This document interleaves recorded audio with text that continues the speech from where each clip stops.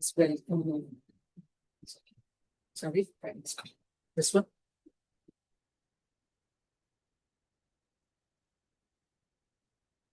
Welcome, Venerable. Thank you for coming here to teach us this Sunday morning.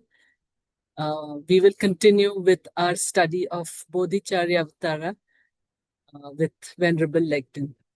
Thank you. Thank you.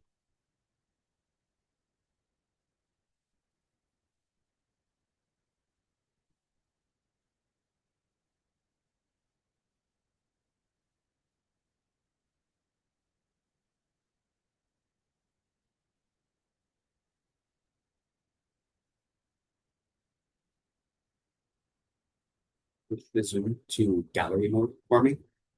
Can you switch the view to gallery mode?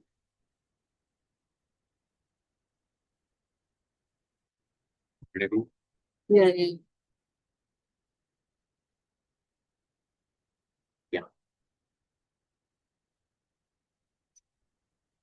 Thank you.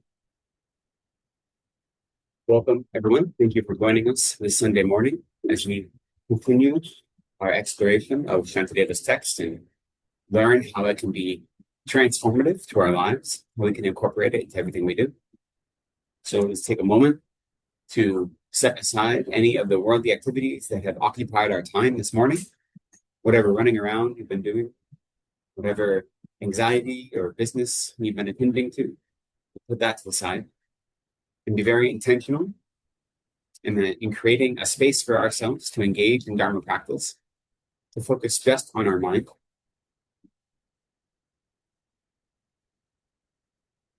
And as we create that intentional space, take a moment to set a very strong motivation. The reason I'm coming here today is not merely for my own benefit alone, but so that I might be of more benefit to other sentient beings. I recognize that in order to be of service to others, I have to tame my mind. I have to learn how to control my reactive emotions. I have to find serenity in my own life to push myself forward towards Buddhahood. And that is how I develop the wisdom and the compassion and all the skillful means necessary to be of service to others. So my primary, ultimate motivation is to be of service to others. And in order to achieve that, I will work on my own mind, and I will work on integrating the Buddhist teachings into my everyday life. And for that reason, I've come to the class this morning to study and to practice.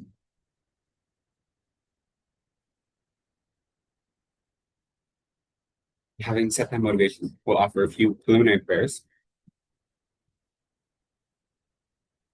Would you like to read this?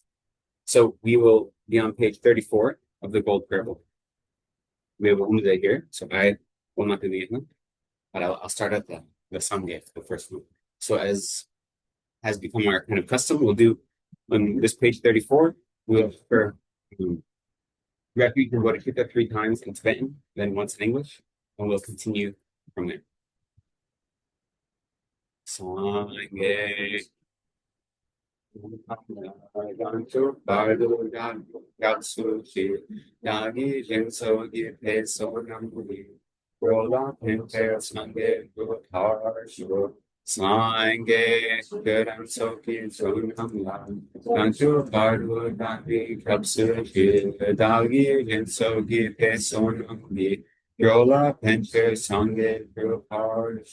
Sange Karan Sogi Pronamla Janko Pardo Dagni Yapsuchi Dagi Vinsogi Pesonamgi Drola Pencher Sange Gurupar.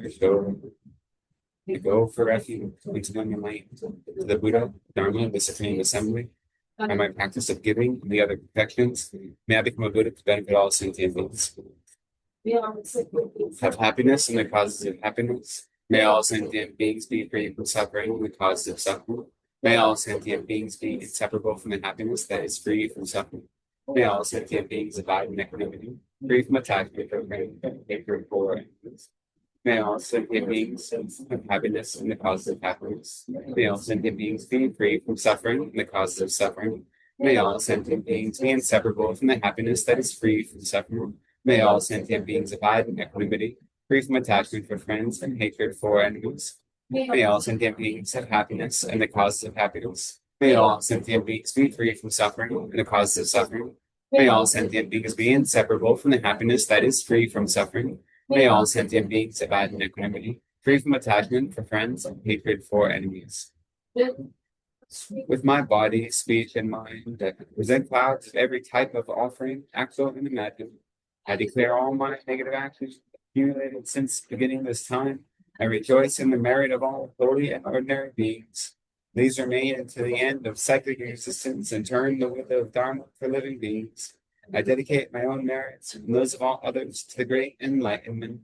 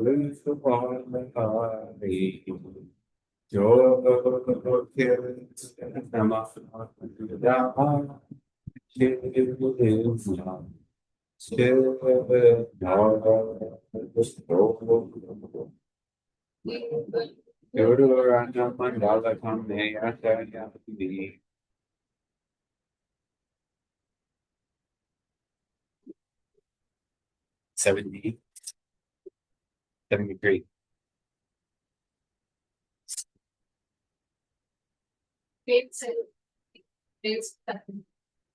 Microphone, that's okay, next time.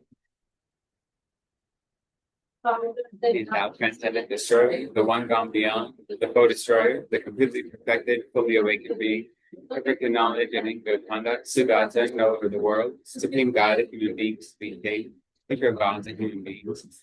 To you, the completely and fully awakened one, the endowed transcendent destroyer, the glorious conqueror, the subduer from the Shakti. I prostrate, make offerings, and go for refuge. To the founder, the endowed, transcendent destroyer, the one gone beyond, the co-destroyer, the completely perfected, fully awakened being, perfect in knowledge and in good conduct, Sugata and Lord of the world, supreme guide of human beings, maintain, teacher of gods and human beings. To you, the completely and fully awakened one, the endowed, transcendent destroyer, the glorious conqueror, the subduer from the Shakti plan, I prostrate, make offerings, and go for refuge.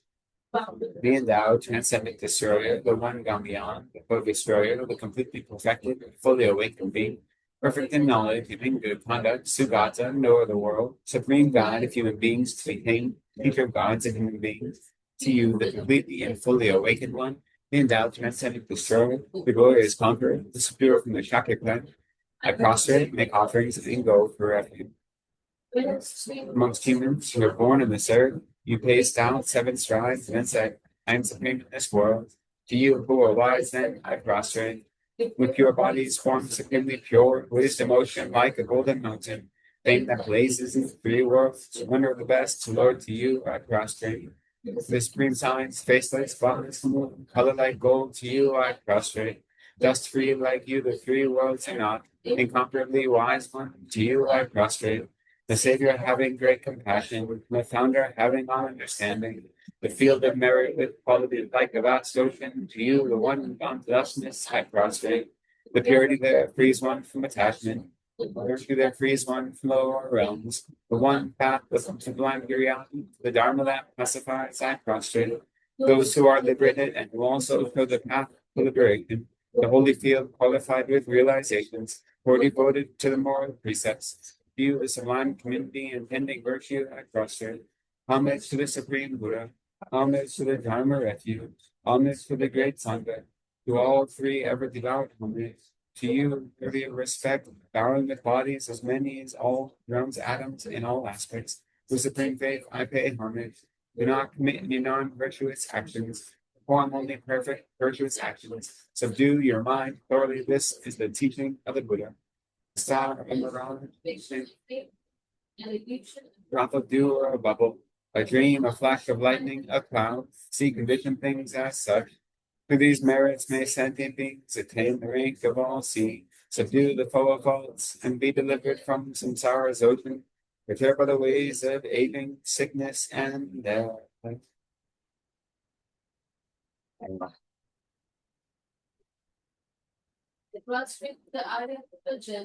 Thus did I hear at one time. The Bhagawan was dwelling on massive Vulture's mountain together with a great community of monks and a great community of bodhisattvas. At that time, the Bhagawan was absorbed in the concentration of the categories of phenomena called profound perception. Also at that time, the Bodhisattva, Arya Avalokiteshvara, looked upon the very practice of the profound perfection of wisdom and beheld those five aggregates also as empty of inherent nature. Then, through the power of Buddha, the Venerable Shariputra said this to the Bodhisattva, Mahasattva, Arya Avalokiteshvara. How could any son of a lineage trained who wishes to practice the activity of the profound perfection of wisdom? He said that, and the Bodhisattva, Mahasattva, Arya Avalokiteshvara said this to the Venerable Shariputra. Shariputra, any son of a lineage or daughter of a lineage who wishes to practice the activity of the profound perfection of wisdom, you look upon it like this, correctly and repeatedly beholding those five aggregates also as empty of inherent nature. Form is empty, emptiness is form, emptiness is not other than form, form is also not other than emptiness. In the same way, feeling, discrimination, compositional factors, and consciousness are empty. Shariputra, likewise, all phenomena are emptiness, without characteristic, unproduced, unceased, stainless, not without stain, not deficient, not fulfilled. Shariputra, therefore, in emptiness there is no form, no feeling, no discrimination, no compositional factors, no consciousness, no eye, no ear, no nose, no tongue, no body, no mind, no visual form, no sound, no odor, no taste, no object of touch, and no phenomena. There is no I element, and so on, up to and including no mind element and no mental consciousness element. There is no ignorance and no extinction of ignorance, and so on, up to and including no aging and death and no extinction of aging and death.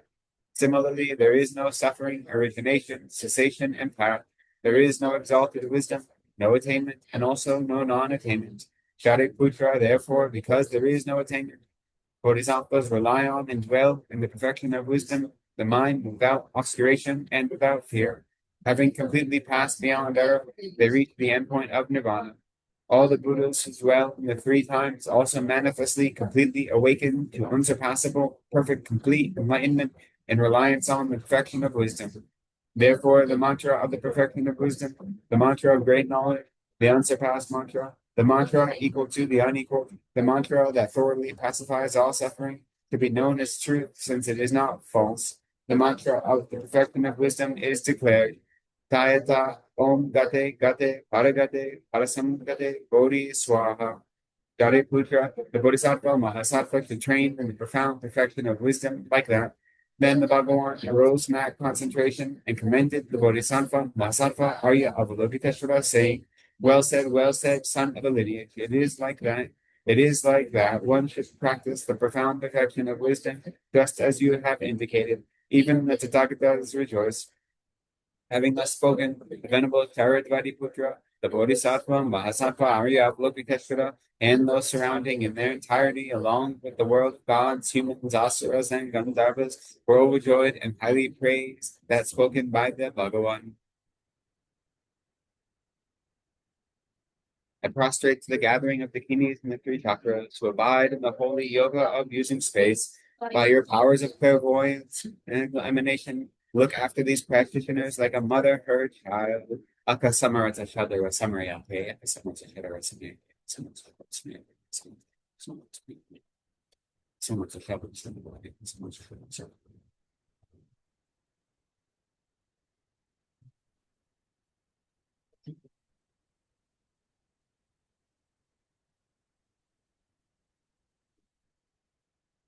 Aka samarata shadara samarayate, tayata, om gate gate, paragate, parasam gate, bodhi soha. By the power of the priest, possessing the power of truth, may inner and outer hindrances be transformed, may they be dispelled, may they be pacified. Kintam Kuriye Swaha.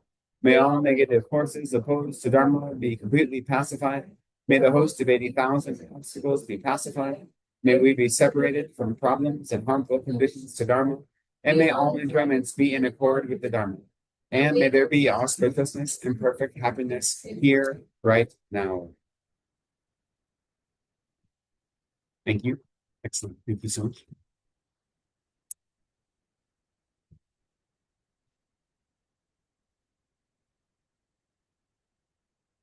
As we continue our study today, to begin our session, let's adopt the 3 attitudes that help ensure a meaningful and balanced practice, which is to say we adopt an attitude of the long view, recognizing that our goal is Buddhahood, which is a very ambitious goal. It takes a lot of effort, and it's not going to happen tomorrow. So we're in it for the long haul. Big picture kind of view. And then second, we take an expansive view, the view that recognizes that the path to Buddhahood includes many different elements. It is very wide and broad. There are many things we need to study, we need to try to understand. Unfortunately, there's not just one practice we can do, and that's all we need. We have to see how all the different elements of the Buddhist teaching fit into one another, and they supplant one another, or rather supplement one another. And so that's the expansive view. And then finally, after we've taken the long view and gotten stressed out because the goal is so far away, and taken the expansive view and gotten stressed out because there's so much we have to do, then we adopt the relaxed view. The relaxed view that says, yes, there's a lot of work. Yes, the goal is a huge, ambitious goal, but we aren't expected to become Buddhist tomorrow. We have to give ourselves enough grace, enough compassion to recognize that we're doing everything we can. And so we can't hold on to even our practice too tightly, right? We have to give ourselves the space we need to practice in a meaningful and balanced kind of way. So we have the long view, the expansive view, and the relaxed view. And we try to cultivate those in all of our practice, but especially at the beginning of a teaching session when we're learning something new.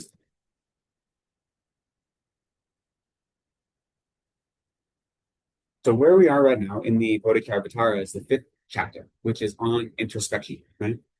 What I thought I would do today at the beginning of our class is do a little bit of meditation. And the reason for that is introspection as a mental factor is incredibly important to actually developing calm abiding, right? So if anyone has studied calm abiding, we know that to achieve calm abiding, single-pointed calm abiding meditation, there are 5 obstacles and 8 antidotes to those 5 obstacles, right? So what are the 5 obstacles to achieving calm abiding? First one is laziness, right? Laziness is the first obstacle.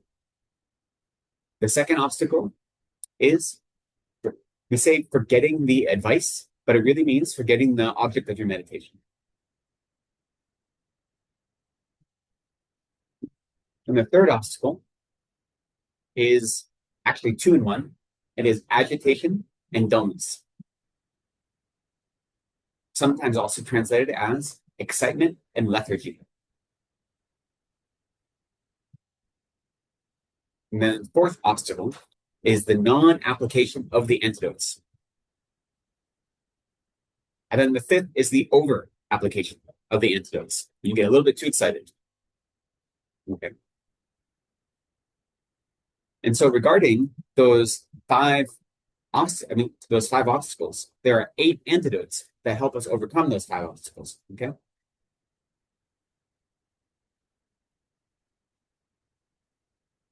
And the first obstacle, being laziness, has 4 antidotes. And then the other 4 obstacles each have 1 antidote. And that's how we get to 8. Right? So laziness, laziness we can think of very easily. How it's an obstacle, right? We don't even make the effort to come to sit in the cushion, to do the work. So obviously we've already overcome laziness, those of us that are working together right now.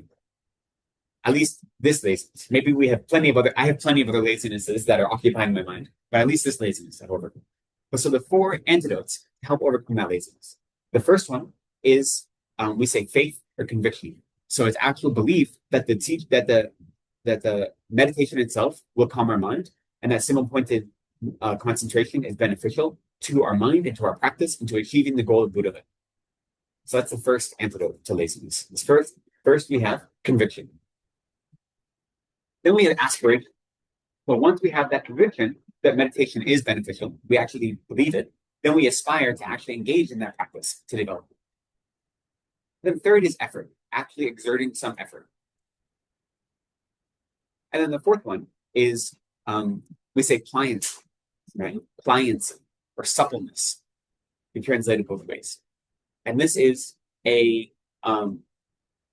there are different types of pliancy and suppleness. There's pliancy of body and pliancy of mind. But what this is referencing is the pliancy of mind that recognizes that you have to be adaptable, right? You have to be able to recognize the situation and adapt to the situation as appropriate. So those four are the antidotes to laziness. The situation. So when you're, right, if you're thinking laziness as the obstacle, don't forget that we have three types of laziness, including a laziness, not just procrastination, but also the laziness of self-disparagement and the laziness of being attracted to non-Dharma activity. And so having a mind of adaptability means once you're exerting effort, being able to then exert that effort in a meaningful way, regardless of what obstacles come up to your engaging in practice. So adaptability or pliancy. So then the second obstacle is forgetting the object of your meditation. And the antidote to that is mindfulness, right? So that's why, at least when anyone's studying this in a traditional way, we'd say the purpose of the meditation isn't mindfulness. Mindfulness is one of the tools we use to develop single-pointed concentration, right? So mindfulness is a tool. It isn't the goal of meditation. It's part of the meditation. And in Tibetan and in Sanskrit, the word mindfulness, drenpa in Tibetan, smrti in Sanskrit, is referencing remembering something, right? So the word mindfulness, we use the same word in Tibetan as a memory, drenche, remembering something. So here we're remembering the object of our meditation. And now the main obstacle we experience. So those obstacles are, the first one is the obstacle to actually sitting down and meditating. The second one is the obstacle to focusing and making our meditation have momentum. Then the third obstacle is the main obstacle that we really have to overcome. And that is agitation and dullness. So it's two sides of the same coin. One is being overly distracted, right? Agitation or excitement. And then the flip side of that is dullness or lethargy or sinking, which is what it sounds like, right? Falling asleep, not having focus. And the antidote to that is awareness or alertness. Not awareness, alertness or conscientiousness, which is the topic of chapter 5, which is why I bring it up now, right? And so you can think in the context of trying to develop single-pointed concentration, the role of alertness or conscientiousness or introspection, you'll see it translated different ways, is to have that little, like the gatekeeper watching your mind saying, am I distracted? Or am I sinking? Am I falling asleep? So you always have this mental factor that's kind of always operating, looking at your own mind. That's the goal of introspection, right? Is to always be aware. How am I reacting to what's going on? Am I being distracted? Am I, nenyampa? Is my mind floating away like that or sinking? So that's the goal of introspection in this context of developing single-pointed concentration. So alertness or introspection or conscientiousness, they are all the same. Sorry, not conscientiousness. Alertness, introspection, and awareness. Conscientiousness was the fourth chapter. The Alertness. introspection, awareness, sometimes translated as well.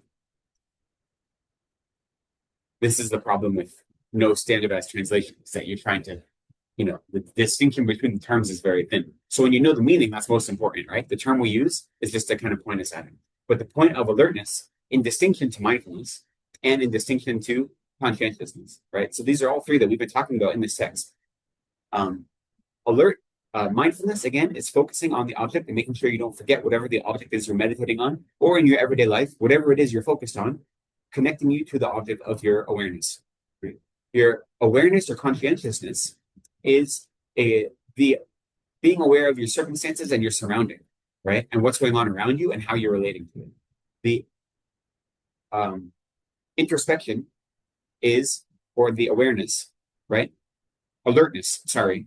In our text here, it's called alertness or introspection, is looking at the mind itself and checking how the mind is reacting. So that is the antidote to both laxity and excitement. is introspection. And then the last two, non-application of the antidote. So that says, when your alertness recognize that you are either experiencing laxity or excitement, not doing something to counteract it. And then the antidote to that is doing something, right, to counteract it. And then the last obstacle is over-application of the antidote. So if you've noticed yourself getting sleepy, and so you tighten up your mind and try to focus really hard, but then you go too far. And so instead of just getting yourself back to equilibrium, you become excited and you excite yourself, right? That's over-application of the antidote. And the antidote to that is to stop applying the antidote, right? So that is those are the 5 obstacles and the 8 antidotes to achieving mindfulness. And so what I thought I'd do today, since we are discussing introspection, is to just take 5 minutes and do a brief meditation. I know we like to hypothetically have meditation near the end of the class, and I never do because I run out of time. Or I very rarely do because I run out of time. So I thought we would just start with 5 minutes of mindfulness meditation today, not very long, but just enough for us to actually get a taste of introspection, right? To see how introspection works in our own minds as we try to develop single-pointed concentration. Now, the introspection we're talking about in the book, in our chapter 5, it's the same mental factor, but we're using it in a little bit different way, right? Here, we're using introspection to help us develop single-pointed concentration. So that's the purpose of it. But it has more purposes than that outside of this meditation practice, right? It's always checking our mind and making sure it's protecting our mind. So we'll talk about that when we get to the verse. But for now, we're going to do 5 minutes of brief meditation. Okay, so adopt a comfortable meditation posture, whether that's sitting on a cushion or sitting in a chair, however is comfortable for you. Try to have your feet flat if you're sitting in a chair and have your chest nice and open, your spine straight. Allow your hands to rest comfortably on your thighs and your knees, wherever they fall. If you prefer, you can have them in the meditation mudra, which is your right hand on top of your left, your thumbs just barely touching, your elbows out about the level of your navel. Allow your head to rest on the top of your spine, following its natural curve. You don't have to tuck it in to your chest. You don't have to lift it up too high. Allow it to just curl gently, however your spine moves. Allow your jaw to be nice and loose. It'll probably hang open slightly. Allow your tongue to rest on the hard palate behind your upper teeth. And keep your eyes halfway open, gazing down the end of your nose to a space in front, maybe a meter or so in front of you. Not focused, not picking anything out, just allowing your gaze to rest comfortably.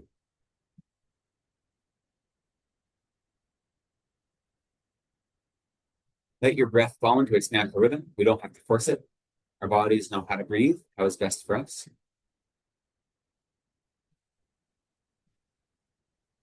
And as it falls into that rhythm, allow your awareness to follow the breath. So you can put your attention on the breath. You can follow it as it travels through your nostrils, down your windpipe.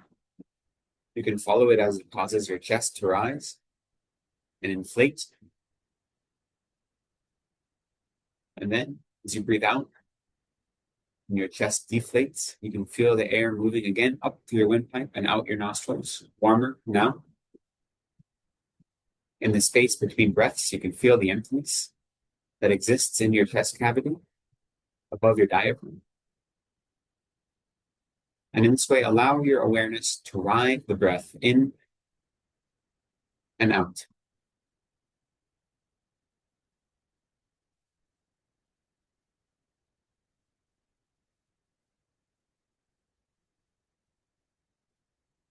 If it helps, you can count the breaths.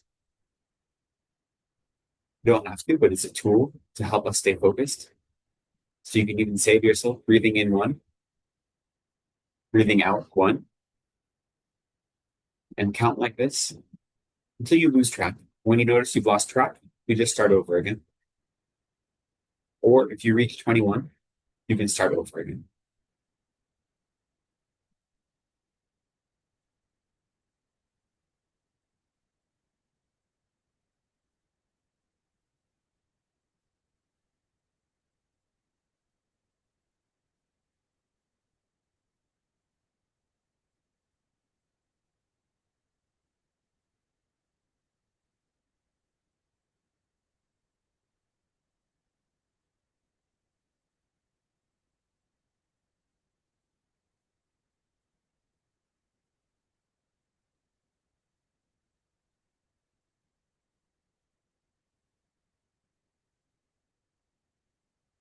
Notice yourself distracted, whether by a sound or a sight or a smell, some external object, or distracted from by a daydream or some passing thought. Just recognize that distraction. You can label it distraction, and then you let it go. There's no need to cling to that distraction. Let it pass away. Return your awareness to the object of your meditation, which in this case is the breath.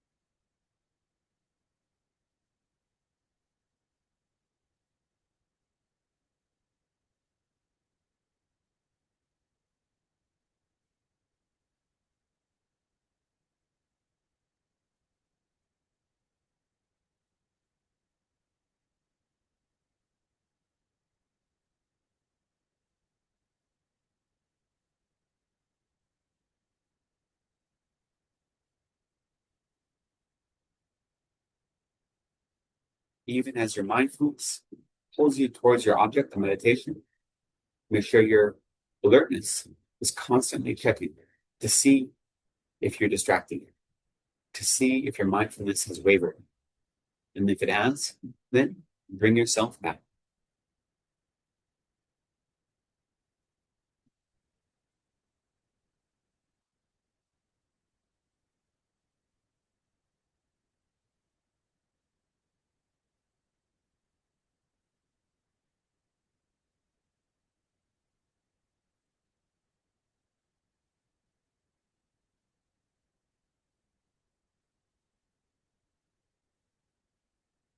And then as you're ready, return your awareness to the room, the group.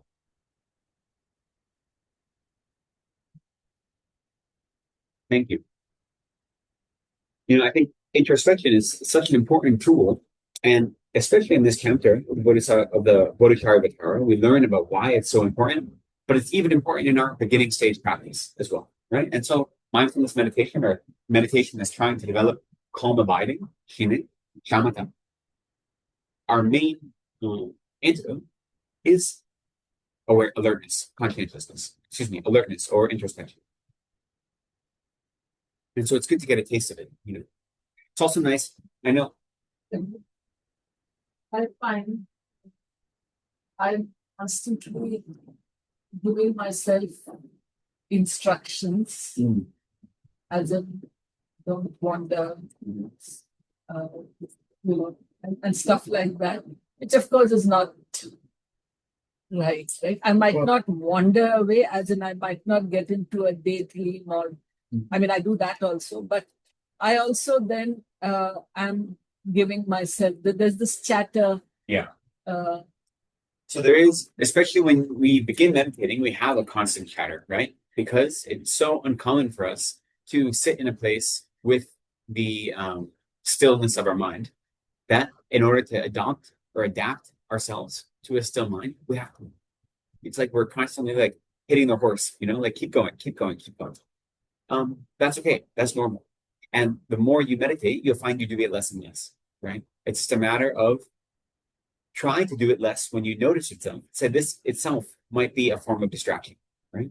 But it also is helpful to keep us focused. And at least you're keeping focused on your object, One of the things we can do, and I know CKSL offers meditation online twice a week on Mondays and Fridays, I believe. And it's really wonderful to be able to meditate in a group, especially because you don't have to worry about giving instructions, right? Especially if you're doing a type of meditation that's an analytical meditation, that you don't have to read on the page what the next step is. So you have a meditation ambassador kind of leading the practice.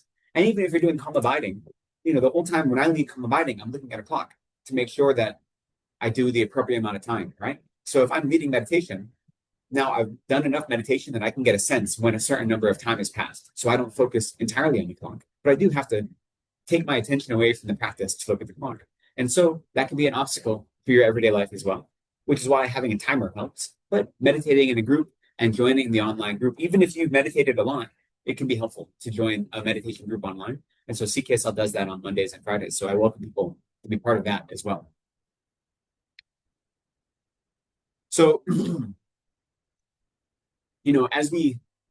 before we get into the chapter today, I just wanted to think about, if we're thinking about the mind, right? We're thinking about introspection as being so important as guarding the mind, right? That's how it was introduced in the beginning of this chapter.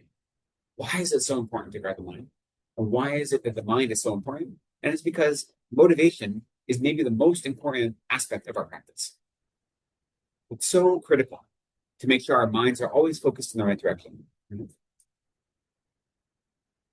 Motivation is what transforms our everyday activity to a Dharma activity, right? Our worldly activities to spiritual activities is having the proper motivation. Buddhism does not accept this idea of the ends justify the means, right? That's never something we accept. We say that the process is more important than the outcome, because the process is pointing towards an ultimate outcome, not the immediate outcome, right? That's not to say we don't want good immediate outcomes, but more important is that we're engaging in the practice in such a way that we're looking at the ultimate outcome. The long-term outcome is more important than the short-term outcome. And to get to the long-term outcome, we have to have a transformed mind. And the way we transform our mind is by engaging in proper motivation, right? So the mind is what's most powerful. The mind leads all of our other actions.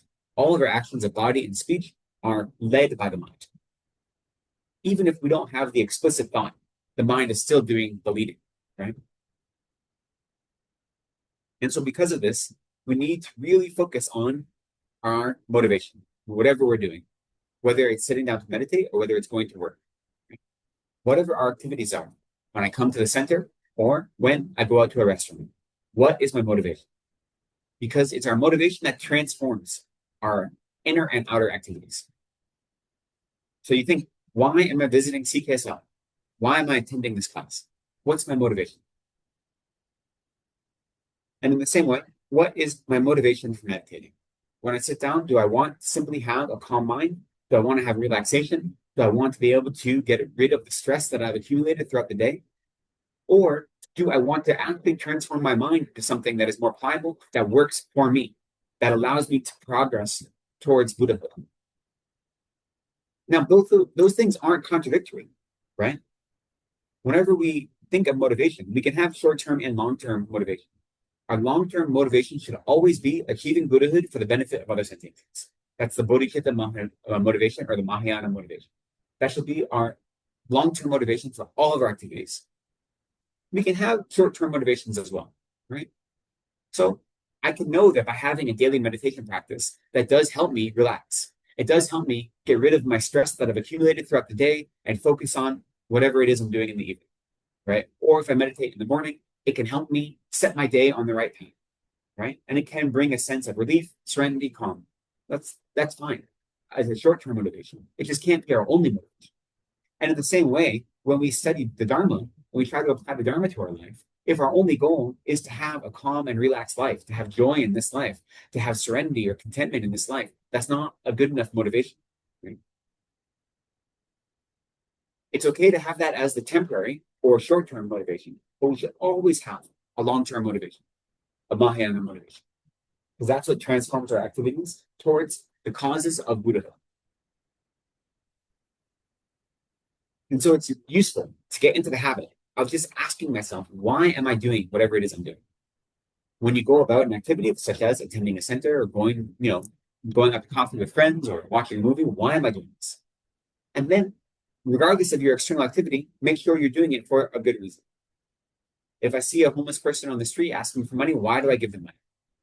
Is it simply because I feel guilty that I have more money than they do? Or is it because I actually want to eliminate their suffering? And this, even though their worldly suffering is only a small part of their suffering, I can offer 100 rupees and do something about it. Or do I want to feel good about myself because I'm giving money to someone? What is our motivation? So every activity we do, we should ask ourselves that question first. Right?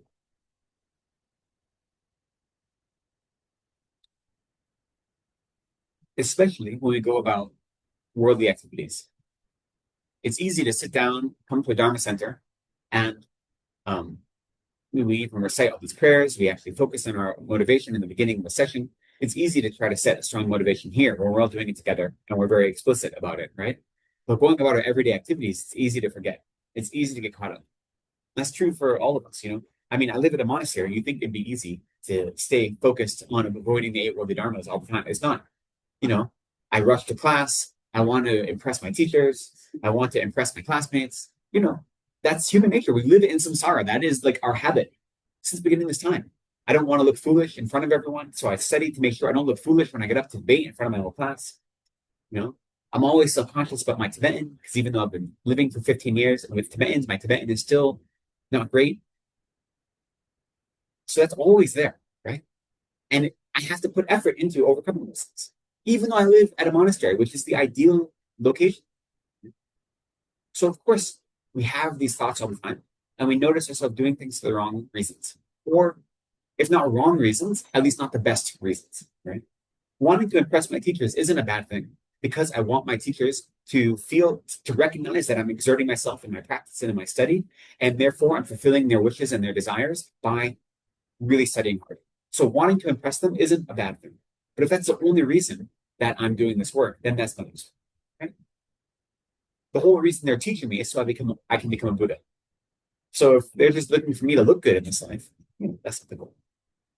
So we have to ask ourselves all the time, why am I doing this? What is my motivation?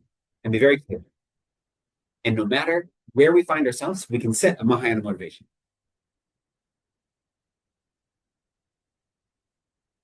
And the truth is, if we allow ourselves to recognize that having short-term and long-term goals is okay, that they're not contradictory, then we can say, well, if my goal is happiness in this life, what is the actual cause to achieve happiness or serenity in this life as a short-term goal? And the truth is, the real way to have happiness in this life is to develop renunciation. Renunciation brings you happiness right away in this life, if you can develop that. Right? So renunciation, which I think of as self-compassion, the wish for oneself to be free from suffering, right? That's what renunciation is. And in Tibetan, the term for renunciation is the mind of definite emergence. Because it's the mind that emerges out of the swamp of samsara. Right? The mind that is no longer attached to the pleasures of this life.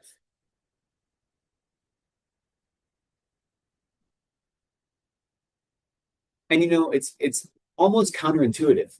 If you say you want contentment and serenity and happiness in this life, to develop a mind that no longer clings to the attachment of the happiness of this life. That's how you actually develop it. It's very counterintuitive because we are shaped by our worldly desires. We are shaped by our self-grasping and self-cherishing minds and by the 8 worldly concerns. So we're taught that if you want happiness, you have to go seek it out and you have to grab it with both hands and not let go of it. That's just what we're taught, both not just in our culture, but just as samsaric beings, right? We can definitely blame 21st century culture for like fast forwarding our attachment to external stimuli, but it's the same attachment that was there at the time of the Buddha, the same attachment that was there preceding the Buddha. It's not new. Some of the means we have to seek it out are new. The idea that my happiness is something external to me is not. So there is a counterintuitive aspect of renunciation. Renunciation doesn't mean giving up your happiness. It means giving up your attachment to happiness. It means giving up clinging to the perfections of samsara as if they were real happiness. And when you do that, then you actually develop a mind of contentment, of relaxation, and of peace that makes you happy regardless of the circumstances. Regardless of what obstacles you experience, you're no longer clinging to your external happiness as validation for yourself. So the obstacles come and you experience the obstacles with a mind of contentment and compassion. And when good things come your way, you experience those good things with a mind of contentment and compassion. And nothing is able to throw you off your horse, so to speak. So if we really want to have happiness in this life and serenity, then it's renunciation that'll get us there, which is counterintuitive. So when we go about worldly activities, such as I go to the movies with my friends or I go out for a coffee date, I know I want to get some immediate worldly happiness from that. I can bring a mind of renunciation to that as well. And say, yeah, I can enjoy this movie, but this movie isn't going to make me happy. So I can enjoy the next 2 hours of whatever this air-conditioned movie theater is going to offer me, and that's great. And I can maybe think of some, in watching this movie, I can reflect on my own emotions. I can reflect on my own relationship to suffering as is depicted in this film. That's fine, right? But I'm not attached to making happy. I'm not defining my happiness based on my experience over these next 2 hours. And so you still bring a mind of renunciation to your worldly activities. And that allows you to develop, right? And to have short-term and long-term goals. So in this way, we need to be constantly observing our motivation and generating a mind of renunciation along with our mind of bodhisattva. So renunciation is the entryway into freedom from samsara, right? If you don't have renunciation, the wish to be free from samsara, you never will be. But it is not a Mahayana motivation, right? Even the Shravakas and the Pratyeka Buddhas develop renunciation. You have to develop unfabricated renunciation in order to enter into one of the paths, whether it be the Shravaka path or the Pratyeka Buddha path. Right? So if we talk at the Hinayana arhats who realize emptiness and so forth, before they get there, they have to develop unfabricated renunciation. So unfabricated meaning it doesn't take any effort at all. And now the entryway to the Mahayana path, which is what we're striving for, is unfabricated bodhicitta, the wish to become Buddha or the aspiration to become Buddha in order to benefit all sentient beings. But simultaneous with that is renunciation. If you develop bodhicitta, you also develop renunciation at the same time. Unfabricated or effortless renunciation. So we should try to, even though it's not a Mahayana motivation, and it is the motivation that will help free us from samsara. So in that way, it is an incredibly important Buddhist motivation. So we should always be observing our mind. And that, again, is where introspection comes in. Introspection is that mental factor that is always looking at ourselves and saying, what is going on? Why am I making these decisions? Why am I allowing myself to be distracted? Or not even why am I allowing myself to be distracted? It's one step before that. Am I distracted? Am I focused on something in a meaningful way, right? It isn't about analysis. The introspection isn't analyzing. It's just recognizing. Am I doing something with intention, or am I just going about a script and not paying attention? So in this way, introspection is a tool that will help us make sure we always have a motivation that is beneficial to ourselves and others, right? This is why we need to, when we think about developing introspection, that's how meditation is so critical to our practice. Because the way we increase our introspection is by actively meditating. So doing the simple meditation we did on the breath, a meditation that is a calm abiding meditation or a placement meditation, we're actively working our introspection, right? That's one of the tools that we're actively employing again and again and again to improve our meditation in that case. So in that regard, by improving our introspection in that arena, then when we go about our everyday life, our introspection is stronger and it gives us the opportunity to be more aware of what we're doing, right? So we have to combine the practices of our study, which is to say, understanding all the topics and having conviction in them through contemplating them, and then meditating. And that those three aspects of study, contemplation, and meditation work together, right? To strengthen not only our understanding of the topics, but our ability to meditate on them and then to have experiential understanding of them instead of just intellectual understanding. If all we do is study the topics, then we'll have intellectual understanding, but we don't apply it to our everyday life. But if we want to apply it, we have to have some conviction that these are valid, right? So that's how these three work together. Study, contemplation, and meditation. And they build up our mind of introspection in the process. So with that, we'll think about the text we're studying. Right now, we're on chapter 5. We just started last week. And so as we know, the Bodhisattva by Shantideva teaches or explains what life is like for a bodhisattva, right? What the activities of an actual bodhisattva, someone who has developed the actual bodhicitta, the wish to become Buddha to benefit all sentient beings. And in discussing or teaching the life of a bodhisattva, we focus on the 6 perfections, the 6 perfected activities of a bodhisattva. So the first one is generosity, and that's taught in chapters 2 and 3. And then the next topic is morality or ethical discipline, and that's taught in chapters 4 and 5. And then the other perfections have a chapter dedicated to them very clearly. The chapter called patience is about patience, and so on. So right now we're studying morality, right? And chapter 4 was on conscientiousness, so being aware of how we occupy space, what's going on around us, how we relate to others. That's our conscientiousness. And then introspection is chapter 5, which is being aware of our own mind. So you can see how they go hand in hand. And they are how we develop the practice of morality, at least in the context of this text. We could also add mindfulness in as well. Mindfulness comes later in this chapter. We won't even get to that verse today.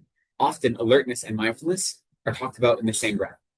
And if we look at the antidotes to studying or to developing single-pointed calm abiding, the second antidote, or just the antidote to the second obstacle is mindfulness, and the antidote to the third obstacle is introspection, right? So these two often go hand in hand. They work together. Whenever we have the analogy, in the first verses of this chapter, we talked about the mind as a crazed elephant, right? And the way we tame the crazed elephant is we have the rope of mindfulness, which whatever object we're focused on, that's the pole in the center of the training ground. The rope connecting the elephant to the pole so it can't stray is mindfulness, bringing us back to our object. And then the hook that you use to kind of poke the elephant when it's distracted, that's alertness, right? I'm not an elephant trainer. I don't know if hooks and pointy objects are the best way to train them, but apparently they were in ancient India, so we can all understand the analogy, even if we don't support poking animals with sticks. Okay. So you see introspection and mindfulness going hand in hand, right? And they are to develop morality, or in this context, is helping us recognize the importance of them in developing the perfection of morality. So really quickly, what are the 3 types of morality we discussed last week? We said, in general, morality, there are 3 aspects to it, especially when we're talking about the perfection of morality. And I'll give you the first one, because that's the easy one. The first one is the morality of restraint, so avoiding negative actions, especially embodied in our adoption of vows, whether it be pratimoksha, bodhicitta, or pratimoksha, bodhisattva, or tantric vows, but also just in general, avoiding the 10 non-virtuous actions and other non-virtuous behavior. That's the morality of restraint. And that's what we normally think of. When we think of ethical discipline and morality, we think of that one. But what are the other 2 types of morality that we discussed last week?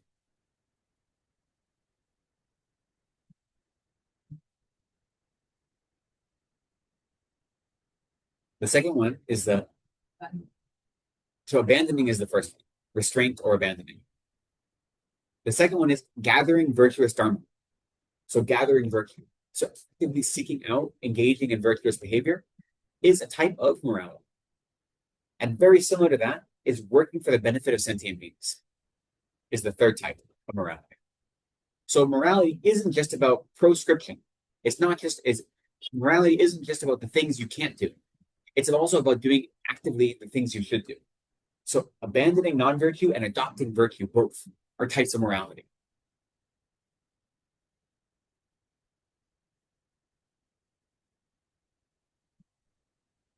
Last week, I gave a list of types of or ways of gathering virtue that were taught by Tsongkhapa in his commentary on Asanga's text. So Asanga, 4th century scholar, has a text called the Bodhisattva Grounds. And the 10th chapter of the Bodhisattva Grounds is the chapter on discipline or on ethical discipline. And Tsongkhapa's commentary on that 10th chapter is called the Janchu Chumma. So like the the expressway to enlightenment, like the main pathway to enlightenment. And that is his commentary on the Bodhisattva vows is in that text. So if you look for Tsongkhapa's commentary on the Bodhisattva vows, that's the text where you find it. And in it, he gives extensive definitions of these three types of morality and all the different aspects they have. So last week I talked about his many different permutations of the morality of gathering virtue, different things you can do. And I won't go into them today because I'm already going a little long before we get to the text. But he also goes on about the many different ways you can help sentient beings and what types of sentient beings you need to help and how to help them. And a lot of it is just common sense. Like most of it is common sense, you know. But you know, this one how to help sentient beings who are overwhelmed by fears, and then it talks about different fears they may have and what you can do to help them. And one of them is fear of having a bad smell, and you can give them flowers, right? Exactly. You're like, so this is clearly a thing. He's commenting specifically on a sangha. You can give them garlands of flowers or incense or unguents, like creams. So if there's someone that has that fear, that's a type of morality. And it sounds silly, right? We laugh at it because it is a very silly thing, but it shows that people have worldly experiences, that we are trying to become Buddhas, but to become Buddhas, we have to deal with the world around us. And that might mean doing very small things to help people, right? All of the help we do doesn't have to be transcendental. It doesn't have to be huge. We help people in small ways all the time. That's a practice of morality, okay? It's meaningful and it's important. Every aspect we do, if we're doing it with the right motivation. It's meaningful, it's important, it benefits us. So with that, we can look at the text again. So in this book, we're on page 35. We've gotten through verse 10, but maybe we'll talk about verses 9 and 10 again.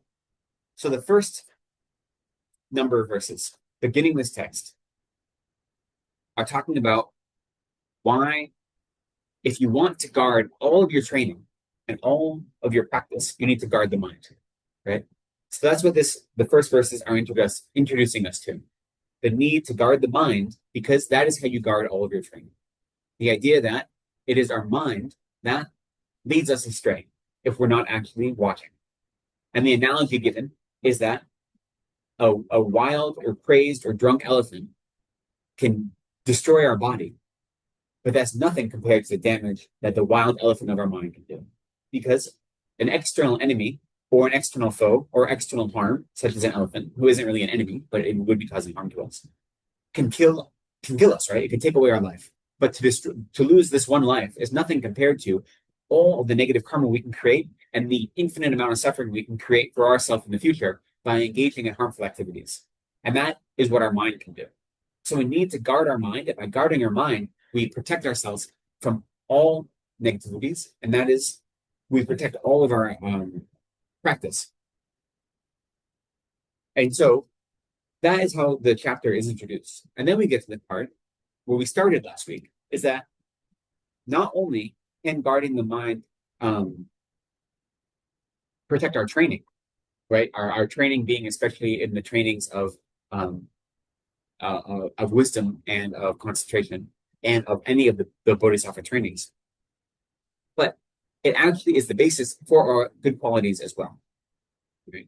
So all excellent qualities depend on the mind. So it's not just that it is protecting us from harm, but it's also, like I said, we have the morality that engages in virtue. In the same way, protecting the mind, introspection, allows us to then accumulate good qualities.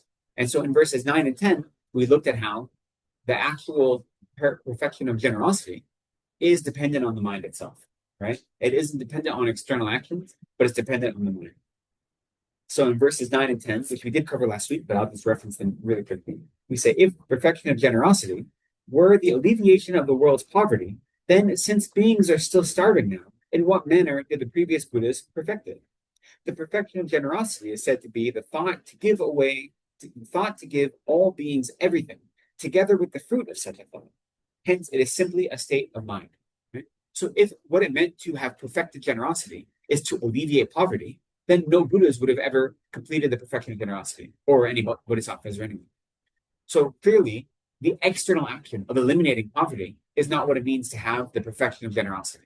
The perfection of generosity is a mind that wishes to eliminate all of the poverty in the world of all sentient beings and to eliminate not just their worldly poverty, but also their dearth of spiritual knowledge, right? When we talk about generosity, we have the generosity of giving material things, but also the generosity of giving Dharma and the generosity of giving fearlessness. So there's more than one type of generosity. And giving material objects is only one type. So it's the mind that wishes to give that. And here we also say, together with the fruit of such a mind. So the action of giving is the fruit of having the mind that wishes to give. Those are what we mean by generosity, but not the actual elimination of all suffering, of all poverty, and so forth. And so the next verse, verse 11, is then talking about morality, right? Or ethical discipline. So nowhere has the killing of fish and other creatures been eradicated, for the attainment of merely the thought to forsake such things is explained as the perfection of moral discipline. So if the perfection of moral discipline was to actually have the 10 non-virtues be complete, which is to say, the first non-virtue, the non-virtue of mind is no killing, right?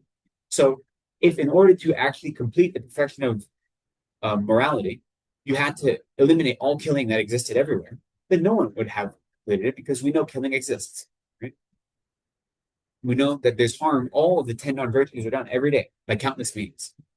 So the elimination of others' activities isn't how we perfect morality, but it is a mind that wishes to abandon all negative actions and in their place adopt all good qualities. That's what it means to have a mind of morality. Right? So we can't measure our own practice of morality by external factors in that way. So in the same way that generosity is dependent on the mind and dependent on protecting the mind, so is morality, and as are the other perfections as well. Right? They're dependent on protecting the mind. So you see why introspection is important. If we say that our practice of morality, generosity, patience, joyful effort, concentration, and wisdom are all dependent on the mind, then we need to protect them. If we're not engaging in a practice of introspection constantly, then how can we ever expect to engage in the six perfections and to make them meaningful parts of our life? If our minds are constantly distracted and we allow ourselves to be overwhelmed by agitation and by lethargy, then we're not going to be able to actually experience or perfect any of these good qualities. So with that, we can go to the next one. And these are some of the most famous verses in this text. So verses 12 through 14 are how the perfection of patience is dependent on protecting the mind, right? Unruly beings are as unlimited as space. They cannot possibly all be overcome.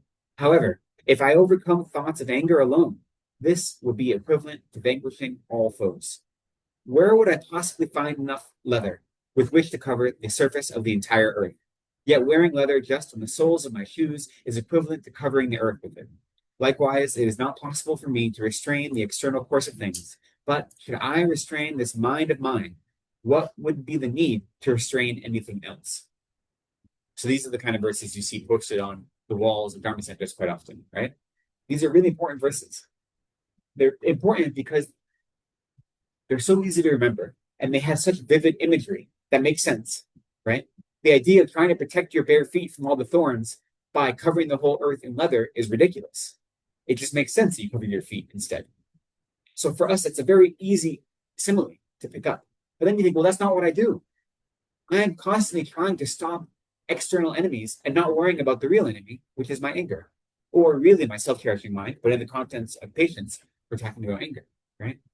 So the analogy or the simile is easy to understand, but then applying it to our life is more difficult, which is why verses like this are so important for us, right? You can meditate just on this verse, and it's a really wonderful way to try to develop patience and try to see how critical patience is in our life and how destructive anger is. Right? Because if we think about it for even a moment, we know it's impossible to eliminate external enemies or external obstacles even. Never mind enemies, but external obstacles. It's impossible to eliminate all of them. Right? They're countless. That's what samsara is obstacle after obstacle. Now, the more virtue we accumulate, the longer we practice, we'll experience fewer obstacles because we are eliminating the negative karma that ripens as obstacles, right?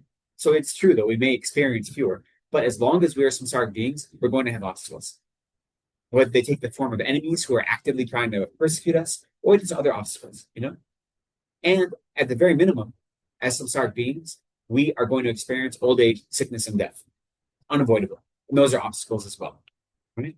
We can never eliminate all of the external obstacles, but we can identify how we relate to those obstacles and how, instead of trying to find a mind of contentment, accepting whatever comes as it comes, we push away from them and say, those obstacles are what are causing me harm. Those obstacles are what are making me not able to practice, making me not be able to develop a peaceful mind. They're stealing my happiness. So instead of looking at our own mind, we're constantly focusing outwards. We're constantly trying to cover the earth in leather when we have enough for shoes, but we ignore it. And instead, we're trying to cover the whole earth constantly. And the thing is, we identify the problem correctly, but we don't go about correcting the problem, or we don't go about the proper solution. So we identify that me experiencing these obstacles is causing distress to my mind. We recognize that. But then instead of trying to change my mind, I try to change the obstacles. So I identify that something between these obstacles, whether they be enemies or worldly obstacles, and my relationship to them is causing me distress. But I don't go about actually remedying the real problem, which is my mind. I think that I can do some sort of external damage control as if it's going to actually help me. And the thing is, it might help in the very immediate sense, right?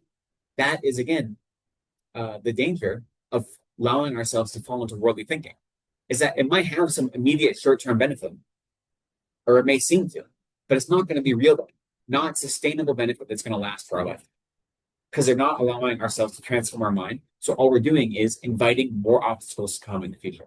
When you overcome the real enemy, which is anger, in regard to patience, it's anger. In general, we say the self-cherishing mind and the self-grasping mind. Right? When you overcome those enemies, then you will never be bothered by external obstacles. It doesn't mean they won't happen, but you won't be bothered by them. They won't become a hindrance to you. They'll just become another part of your practice, and they won't allow your happiness or your distress to waver in any way. Yeah. What a situation where you're forced to deal with something, where you're forced to deal with a negative situation continually because someone or something in your environment has the propensity to do those things. So then it's not like you can overcome it once and then take a 2-week break, because you again encounter it, an hour later or whatever.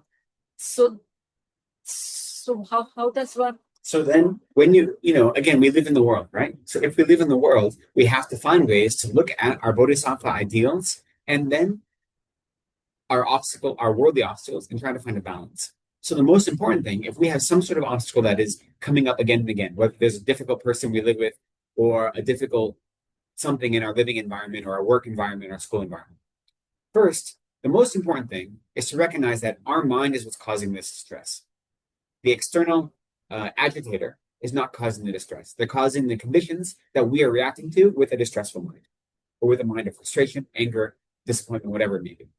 So we have to recognize that first. That's the most important thing to work with. While we do that, we can also recognize that, let's say it's another person that's causing a harmful situation. We can recognize that this person is creating harm for others. And by doing so, they're creating more suffering for themselves. So if there's a skillful way that we can help prevent them from continuing their harm, then it's also acceptable to do that. It makes our lives easier, and it makes the lives of others easier. And most importantly, it prevents that person from creating more negative karma and creating more suffering for themselves in the future. So then we look at this person who's causing harm with a mind of compassion. So we don't try to stop their actions to make my life happier. We try to stop their actions to make their life happier. And so then the external action might be the same, right? You could have one person who is filled with nothing but anger and hatred, and someone else who's filled with compassion. They may react to that situation externally and may look the same, right? But internally, we have to do those two things at the same time. One, I recognize that my real suffering isn't coming from the outside. They're just the conditions that my mind is creating the suffering. And then two, this isn't only suffering for me. They're creating suffering for other sentient beings, and most importantly, for themselves. And so out of a mind of compassion, not for me, but for them primarily, I'm going to do whatever I can to intercede to help prevent them from causing this harm in the future. And that's what we have to try to find a balance. So again, it goes to our motivation. If our motivation is, if I eliminate this obstacle, then I'll be happy, that's not a useful motivation. But if my motivation is they're causing harm to themselves, and out of compassion, because I don't want them to suffer in this life or in future lives, I'm going to intercede, then that's a useful motivation. So we have to try to find the balance. But that doesn't supplant our own recognition that my actual experience of suffering isn't because of me. So we have to do both at the same time. We work, when we try to achieve Buddhahood for the benefit of others, we say that there are two things. There is the aims of oneself and the aims of others that we adopt simultaneously. Randun Shendun, we say in Tibetan. And so Randun, I'm achieving Buddhahood for myself, right? I'm achieving Buddhahood, which means I'm eliminating all my afflictions and I'm achieving infinite perfect happiness. But I'm doing it for the purpose of benefiting others. So both of those things we do at the same time. The aims of oneself and the aims of others. And so we do that same approach to our everyday activities. We have to have the mind that is recognizing my own participation in the creation of my suffering, and then the compassion that causes me to act and to help others. And that can go not just dealing with obstacles, but dealing with anything in our life, right? We have to have that dual approach of saying, how is my mind creating my own happiness, my own distress? And how is the other person or the other thing involved influencing others? And is there something I can do to make everyone experience less suffering in this life and in future lives? Future lives being the most important. What I mean by that, rather, is when they're creating negative karma will ripen not just one time for one short period of time, but it has the potential, at least, to ripen for many, many eons. So when I say future lives are more important, what I really am saying is that one act of killing now could cause eons of suffering, right? So that is why I'm saying that's more important. But the happiness and well-being of people in this life is also important. So I'm not prioritizing the well-being of future lives for this life. I'm just recognizing that the balance or the extent of suffering can be different. I have to be careful with my language sometimes.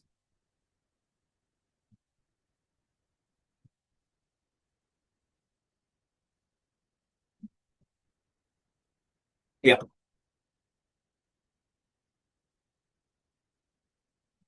I'm sorry? Advice to?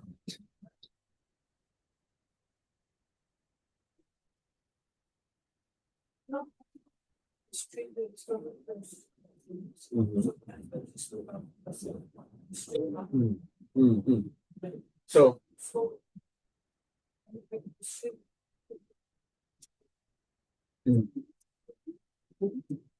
yeah, so what this is saying is when we're thinking of especially, that's a good question. This is saying the course of things, it's recognizing. Sorry, I'm trying to formulate my complete answer as I speak at the same time. So yes, this is coming from Bodhisattva. This is specifically talking about how the mind of patience is developed using introspection, right? So what it's recognizing is not that I shouldn't worry about others' happiness that are external to me or others' suffering, but what it's saying is that my experience of suffering and distress, going on the verse previous, is because I experience obstacles in the world. And if I'm focused on trying to get rid of those obstacles, then I'm not focused on my own mind, which is what is causing my actual distress. So as it says here, I can't change the external course of things, which is like in this life right now, I'm not able to avoid people that want to cause me harm or the obstacles that come my way. When I get in the car to go home, if it breaks down, it's going to break down, right? I can't avoid that, but I can avoid how I relate to that. If that ruins my day and makes me depressed and angry, or if I just say, okay, this is what's going on, right? So this isn't saying that our actions don't exert influence outside of ourselves, but it's saying that what I have main control over is my mind.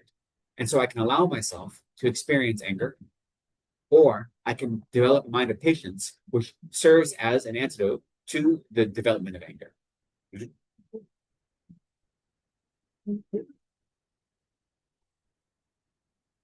So should a bodhisattva be able to restrain the external course of this? How?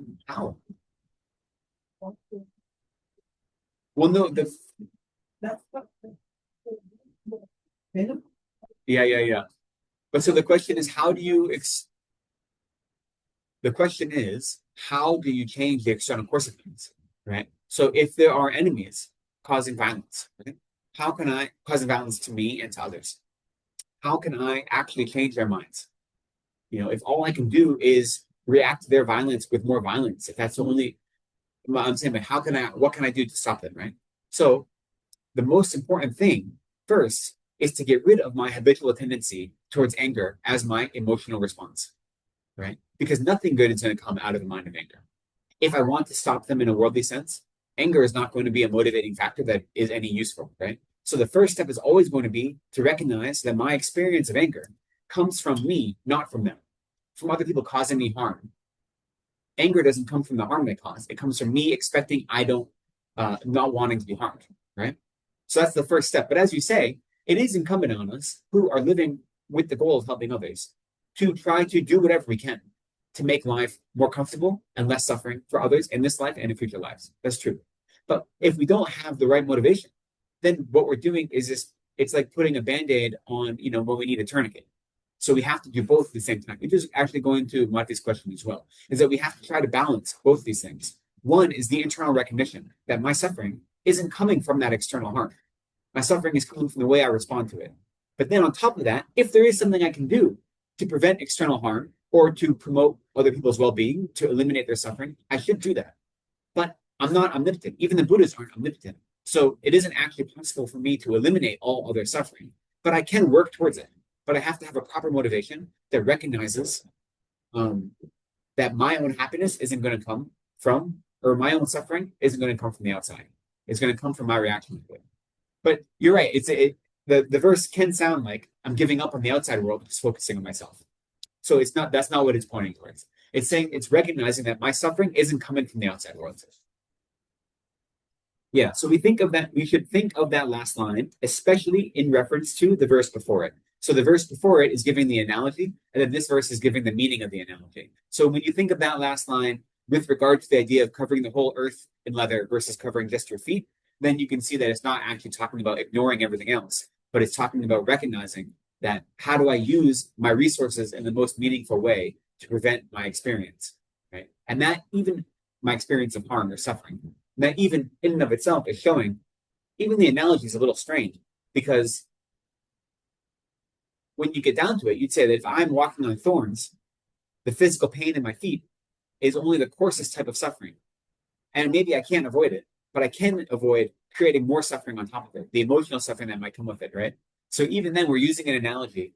We're saying, really, we shouldn't have to avoid pain at all. Like the Bodhisattvas don't mind physical pain. They don't seek it out, but it doesn't bother them if they experience physical pain because they recognize that it's the ripening of karma, right? So these three verses need to be read together, right? Recognizing that when we're trying to get rid of our anger should not be recognized as coming from outside of ourselves or coming from harm or obstacles from the outside, but it comes from our own mind. And in order to get rid of it, we shouldn't then try to eliminate external enemies, but eliminate the internal enemy, right?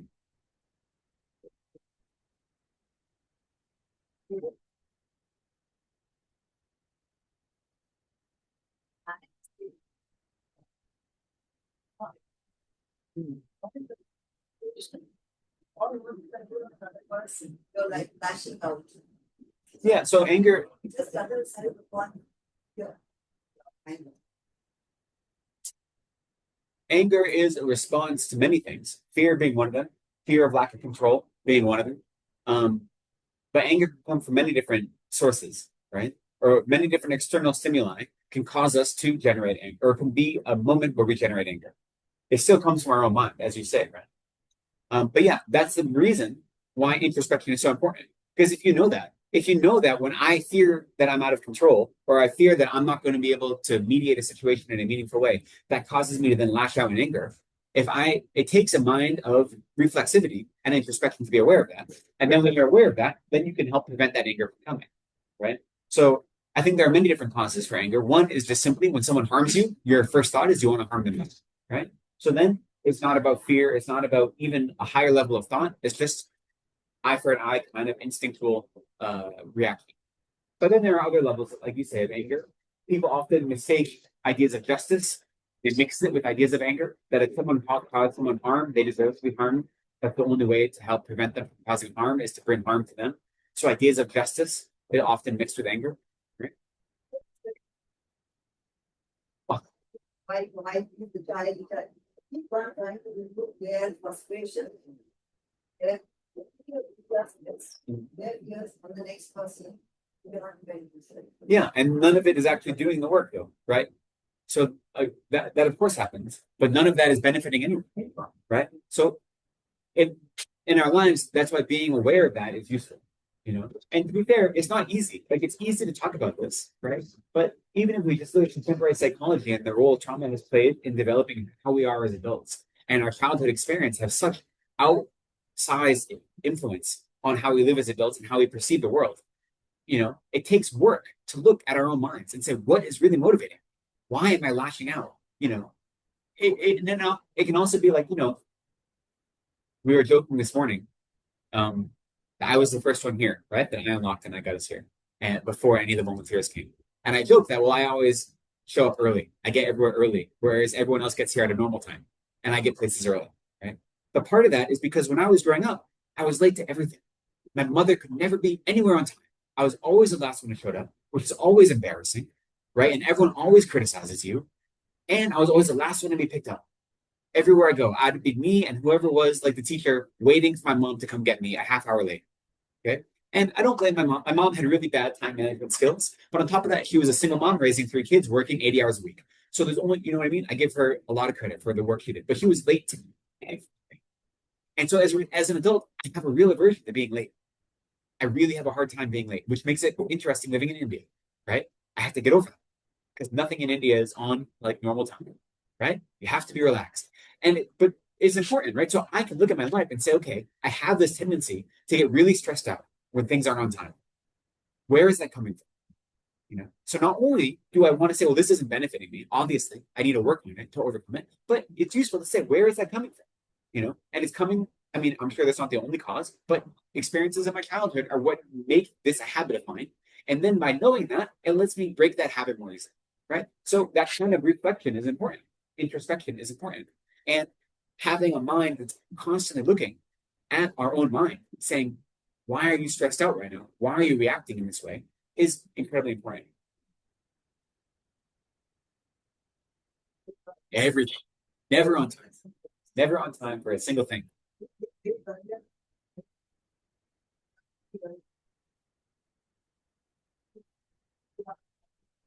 Anyway.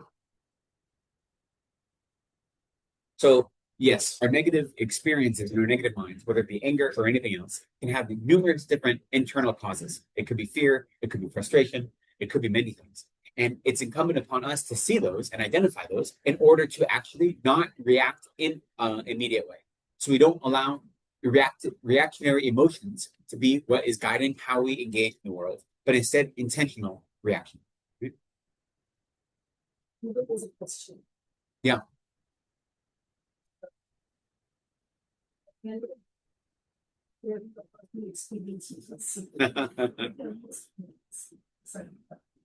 Of course, of course.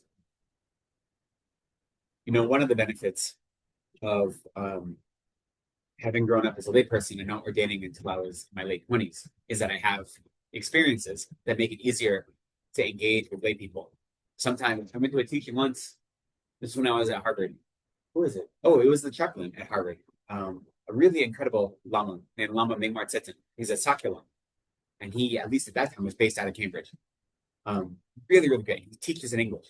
And he was giving some talk, and I was with a friend of mine. And another friend who's a long-term Buddhist. And he was talking about love and like loving your partner, your wife, your husband. And he looked at me and he's like, he's been a monk since he was 6 years old. What does he know about loving your partner? You know what I mean? Like, what experience does he have with a wife or a husband or a boyfriend or a girlfriend? Like, he's been literally a monk since he was 6. And you're like, well, you know, we've got some idea, but still, right? You know, so that having a lifetime of experience, I mean, 30 years isn't that much, but having 30 years of experience before ordaining 15 years ago, it does make it easier to teach. So I'm glad it's helpful to people.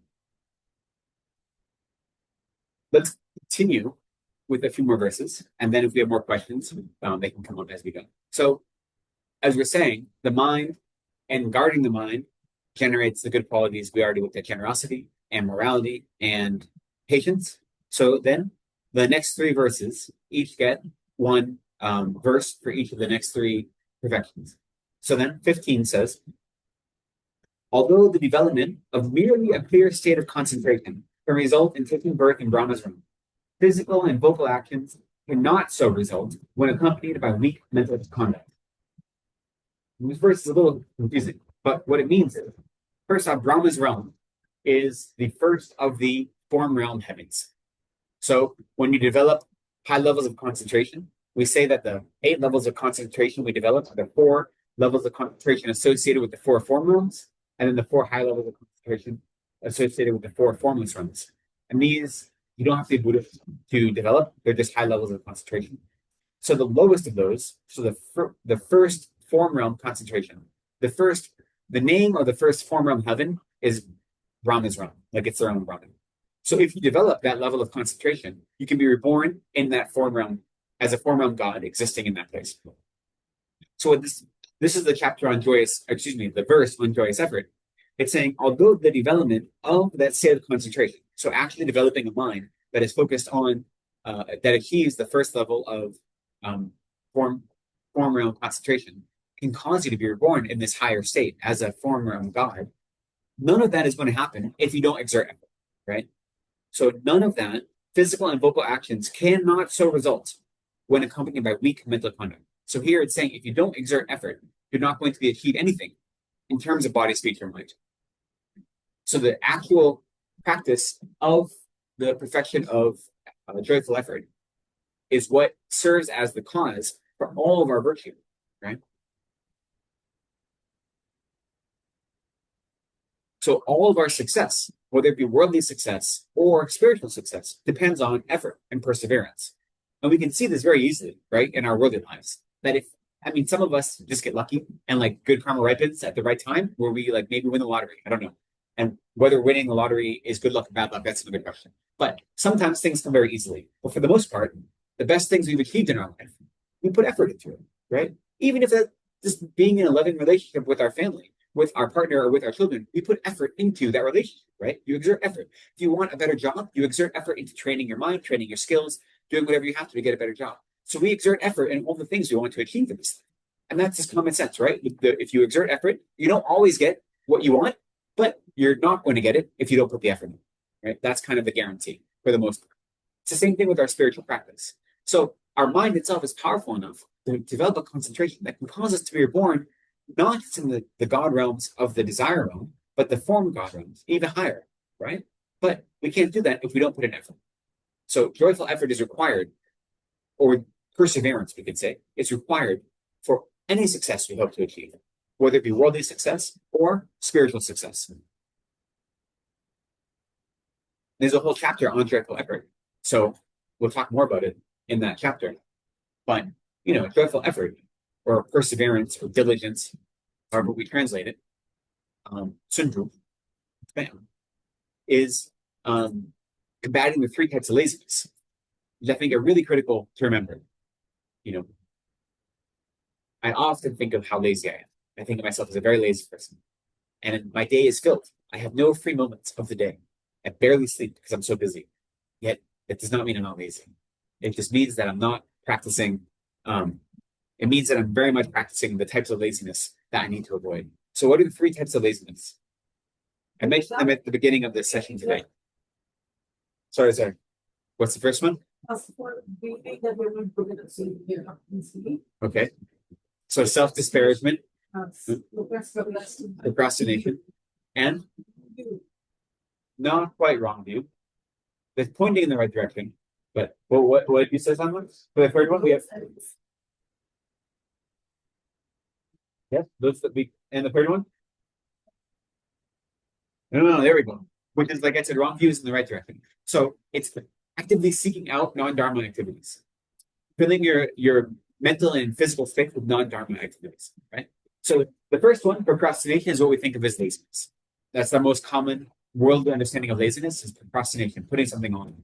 Just, adopting lethargy as if it was good quality, right? So procrastination, that's easy to understand. The second one is self-disparagement. thinking I'm not good enough to engage in this practice, so I'm not going to exert the effort. I'm not going to be able to keep all of the Bodhisattva vows, so I'm not going to take them. Or I'm not going to be able to really focus my mind if I go to a meditation retreat, so I'm not going to waste my time. Or even never mind that. I'm not ever going, I'm not a good enough meditator, so why waste my time doing it? I'm not very smart, so why study the teachings? Any of these things that are disparaging yourself and then preventing you from engaging in virtuous activity or Dharma is self-disparagement, it's called. Then the third one, and this is the one that I love, I'm so obsessed with, is seeking out non-Dharma activities, filling your life with non-Dharma activities. Okay? So it looks like the opposite of laziness. That's what I mean, that every moment of my day is filled. It doesn't look like laziness at all. How can you be lazy if you're constantly moving? If every minute of your schedule is booked, how can you be lazy? But if all you're booked up to do is not Dharma, then that is a type of laziness. Because it's not applying a type of perseverance that is pushing you towards virtue. Right? Now, arguably, if we work really hard to develop proper motivation, then we can be doing all of those seemingly worldly activities and transform them into spiritual activities. That's what I try to do. Whether I do it or not is another question. But that's what I try to do. So we can't judge laziness by the external activity, by observing someone else's external activity. And that's not useful anyway. It's not useful for us to say that person is being lazy or not, right? That maybe if you're disciplining your kids, that's a useful thing. But for our trying to become bodhisattvas, that's not useful. Okay. But we can look at our own mind and do our best to say, okay, I'm doing these worldly activities, but I'm doing them with some sort of bodhisattva motivation, or at least I'm trying to. So therefore, I can transform them into spiritual activities. Now, whether I do that all the time, I have to do the work to them, as we all do, right? But so joyful effort, or perseverance, or diligence, however you want to translate it, is to combat the three types of laziness. And for me, that last one is the most pernicious. It's very easy. I mean, they all are damaging, and they're all destructive to our ability to have any sort of spiritual attainment. But understanding why procrastination is harmful is very easy, right? It's very easy to see. And then with a little bit of contemplation, we can see how self-disparagement is something that we use our own fear of failure as a way to prevent ourselves from succeeding. So it may not be as immediately recognizable, but with a little bit of reflection, we can see it pretty clearly. But when we're running around like chickens with our head cut off all the time, we say, how can I be lazy if I'm always busy? That is the most pernicious one. Because we feel like we're not lazy, right? We feel like we're active. So that for me is the most dangerous type of laziness. And it's the one that is easiest to get lost in. So it requires, from my side, the most effort to overcome and to abandon, right? So this verse is just reminding us that joyful effort or diligence, which is the cause of all of our success, is itself a type of mind, right? It doesn't matter what you achieve. The achievement isn't achieving all perfect things. Doesn't mean when we're trying to complete the perfection of perseverance, the perfection of perseverance doesn't mean that we've already achieved the results. It means that we're always focused on achieving the results and that everything we're doing is finding joy in our virtuous activity, right? So often diligence or perseverance is defined as feeling joy in exerting and working towards Dharma and engaging in Dharma activities, right? It's very similar to rejoicing in that way. I think of this perseverance as like the flip side of rejoicing. So rejoicing is finding joy when engaging in virtue, whether it be our own virtue or others' virtue, developing a sense of joy in the actions of virtue. Perseverance is very similar in that no matter how much effort we have to do, no matter how difficult it is, no matter how many obstacles we face, we recognize that what we're doing is overcoming the three types of laziness to propel us towards Buddhahood, and therefore it becomes joyful. Yesterday, we offered the Lama Chopa, the Guru Puja, and in the end of the Guru Puja, there's a bunch of verses that are talking about the different states of Lamrim. And the verse for a joyful perseverance says, even if, in order to benefit one sentient being, I have to spend an eon in the hottest of hellworlds, I'll do it joyfully because I'm willing to exert that level of effort and experience that suffering to benefit even one sentient being. So when you actually perfect the mind of joyful perseverance, it's showing that I'm willing to experience suffering if it means I can benefit others. I'm willing to experience hardship and difficulty if it means I can benefit others. And I won't let that hardship or difficulty be a weight on my mind, but instead, my benefit of others is more important, right? And so by totally eliminating our minds of laziness is how we propel ourselves towards worldly and spiritual success which is to say how we benefit others. But that all depends on our mind. So if we don't have introspection looking at our mind, then it's very easy to get caught in laziness, right? So joyful effort depends on guarding the mind. Third type of laziness, seeking out non-dharma activities, is obviously not applicable in a worldly sense, right? What do you mean? So, like, if I was just, if, like, it's a, I'm not a monk or right? So I am, of course, I like to do Dharma-related activities, but don't, I probably haven't signed up to be doing them 24 hours a day. So you're only a part-time bodhisattva. So again, this comes to balancing, right? So attraction to non-dharma activities is laziness, a type of laziness, whether you're a monk or whether you're a layperson or a nun or a layperson. That doesn't change. The difference is if you have to go to work to feed your family, right? That doesn't mean you have an attraction to it. Right? That doesn't mean you are seeking out that thing in order for worldly ends. You seek it out with the mindset that I have responsibilities. So therefore, in order to fulfill my worldly responsibilities, which I have as a layperson, I have to go about these things. So how can I go about my worldly activities? It could be at work or whatever it may be, with a mind that is focusing not on my own pleasure, not seeking out this as a respite from suffering, but instead recognizing it as a tool that allows me then to be of service to the people I care about, to pay for my room and board, to buy food, to all these things, right? To clothe my children, like this. But seeking out non-dharma activities is always going to be a type of laziness, right? So unfortunately, but so then we have to balance. If you don't, to be fair, to be honest, not being a layperson and being a monk or an ordained person, there's no real difference in this. We have just as many opportunities to seek out non-worldly activities, or non-dharma activities as lay people do, as householders, just as many, especially with the internet and everything. How many monks are on their phone, like this? So, not to speak badly of any of the young monks, but there have to have been some rules recently about phone use at the monastery. There's a reason, because it's a distraction.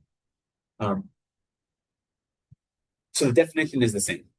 And what's expected of us, again, this idea of what's expected of us, it's not like there's some external judge or some external dictator saying, you should do this because you're a layperson. You have to do this because you're a monk. It's more like, if we want to become Buddhists, this is what we have to do, right? So it's not like there's someone evaluating us. It's that this is how we actually overcome our minds of laziness and propel us towards Buddhahood. And so, depending on your life circumstances, you may have more obstacles than someone who is living in a monastery. But the path to Buddhahood, what we have to overcome is the same, but it may be more difficult for you or for people, depending on the environment. So then we have to find a balance, right? Constantly a balance. So continuing, we can get through the 6 perfections today. Let's see. So verse 16. So this is talking about the perfection of concentration. And this makes sense. The perfection of concentration is, of course, dependent on the mind. But we have a verse for it anyway, which says, the knower of reality has said that even if recitation and physical hardships are practiced for long periods of time, they will be meaningless if the mind is distracted elsewhere. So the knower of reality is just another name for the Buddha, who directly knows the nature of all things, who understands perfectly the way everything exists. And what this is saying is that if we don't allow ourselves to develop concentration, and we allow ourselves to be distracted, then it doesn't matter. If I sit for hours doing recitations or, counting off hundreds and hundreds of malas, or I, do all these good activities, these virtuous activities, I go to a soup kitchen and I feed the poor and I go meditate and I do all these things. If my mind is still overwhelmed by distraction the whole time, if I haven't done any work to tame the distractions in my mind, then those aren't very beneficial. There may be some slight external benefit. And if I have a good motivation, then there may be at least I'm getting some good imprints, right? Like it's going in the right direction, but I'm not actually taming my mind. So if I sit here, I've seen a lot of people who will recite malas like while they watch TV. And so what are you doing? How can you do both of those things? And maybe they can, I don't know. Maybe they have the ability to. I know people, I've seen Choe who's passed away, but he is the one I took my Getzel vows from. I've seen him giving teachings, and every moment of his life he makes meaningful. So he teaches in Tibetan, right? So if it needs to be translated into English, he'll be teaching, and then while the translator is translating, he'll be reciting malas, or he'll be doing some other virtuous activity. And his mind is so refined, I have no doubt that he's not distracted, that he is focused, or he was focused on everything all the time, right? But that's because he practiced deeply to allow himself that level of concentration. I don't have that. If there's a TV show, it's not like when the commercials come on, I can then do samalas because my mind is going to be all over the place, right? So this is just reminding us that if we, no matter what external hardships we undertake, whether they be, even if we do like noonday retreats, or we're doing fasting and we're doing all these activities, or we do prostrations all day long and tire our bodies out with prostrations, if our mind is focusing on, the ice cream cone at the end of the day, then we're not actually taming our mind. And we may get some sort of merit, right? It's not meaningless, but it's not really useful, or it's not the as useful as it could be. So that's why concentration is so critically important, right? So the mind and concentration itself depends on avoiding distraction, mental distraction, and mental distraction. We need to be aware of it through our introspection. So again, it's the mind of introspection that guards us from allowing distraction to come, whether it be lethargy or whether it be excitement. Most of our distractions, we categorize them into one of these two. I'm sure there are some that don't fit, but we can see them as excitement or lethargy. Excitement being we're running around in circles and not too agitated to focus on whatever it is we're doing. And lethargy is too sleepy to fall awake, to pay attention.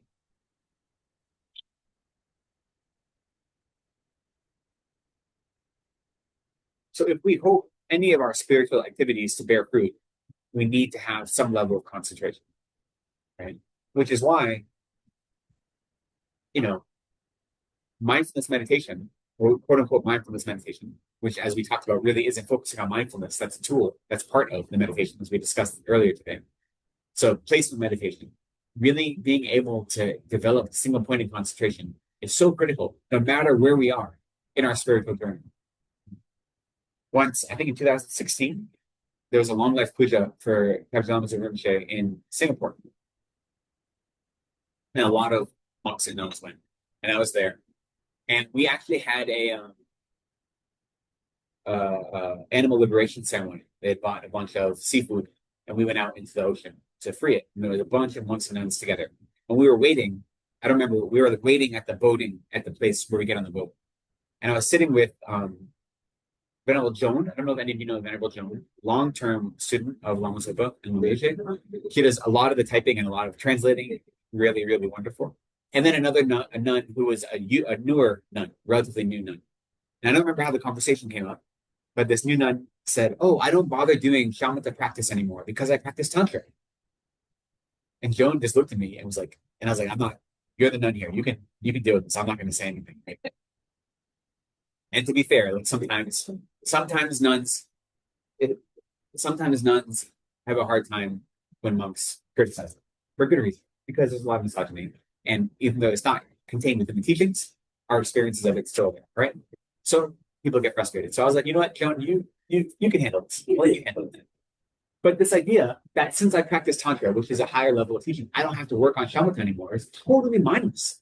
It has no basis in reality. If you don't have a mind of concentration, how can you ever expect to do a more complicated type of meditation practice, right?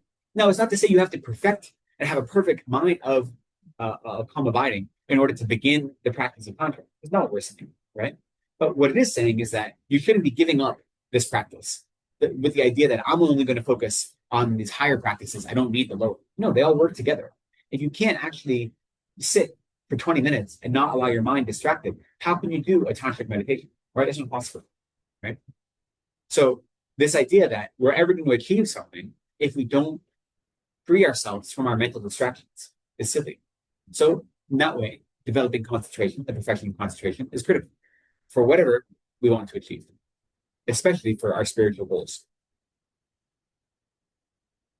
It serves as the, foundational bedrock for higher levels of practice, but also for study. Like, I don't know about you, but if I'm trying to study and I have something else in my mind, I can sit and read the same page over and over again and not get anything out of it because my mind is going in different circles, right? And so I need to really focus and do my best to get rid of my distractions, even for worldly type of study, never mind spiritual study. So that is how the perfection of concentration is dependent on the mind. They say that a mind that is clear So a mind that is free from distractions, it avoids all agitation. And by avoiding agitation, it means that we don't have any anxiety or distraction. And a mind that is clear is free of lethargy, which means it doesn't have any weight or heaviness, right? It never feels like it's being pulled down. And then ultimately, we say that when you are able to be free of lethargy or distraction, then you don't have any heaviness, you don't have any anxiety, and that mind then is pacified. So pacified. So that's what it means to have a mind that is pacified. Actually, if we study more in depth the how to achieve calm abiding, we talk about the mental placements, and one is pacifying. There's taming, pacifying, and then very pacifying, and that has to do with getting rid of coarse agitation and dullness, and then subtle agitation and dullness. So it's what it means to pacify your mind. Is to actually have a pacified mind means a mind that is free from distraction, the distractions of agitation and dullness, or excitement and lethargy, however you want to talk about them. And that itself is neutral, right? That kind of mind is neutral. Is then how then do I use that mind and apply that mind to Dharma and to meaningful practice? That's important. But we need to have that basis before we can do the work. Okay. And then of this section, verse 17, is why the mind is important to wisdom. This one's kind of common sense, of course. Having a mind of introspection is important to developing wisdom. But it says, 17, even those who wish to find happiness and overcome misery will wander with no aim or meaning if they do not comprehend the secret of the mind, the paramount significance of Dharma. So what this is saying is that if we really want to experience happiness in this life and in all future lives, we have to understand what it means to lead a meaningful life. So specifically with wisdom, we talk about two types of wisdom. There's ultimate wisdom and there's conventional wisdom. So ultimate wisdom is the wisdom that realizes the nature of reality. That's what we need to actually uproot all of our afflicted minds, understanding emptiness, understanding the mind that defeats self-grasping. Conventional wisdom is understanding everything else. Now, in a spiritual context, though, it doesn't just mean like understanding languages or understanding these things. Conventional wisdom means understanding the law of cause and effect, understanding the four truths, understanding the benefit of the three truths. So all of our Dharma knowledge would fall onto conventional wisdom, with the exception of understanding the nature of reality. Okay? So conventional wisdom isn't something to be dismissed. It's not that we don't need it. Conventional wisdom won't free us from suffering, but it will provide all of the resources we need to develop the ultimate wisdom. So it is like a more robust kind of practice, right?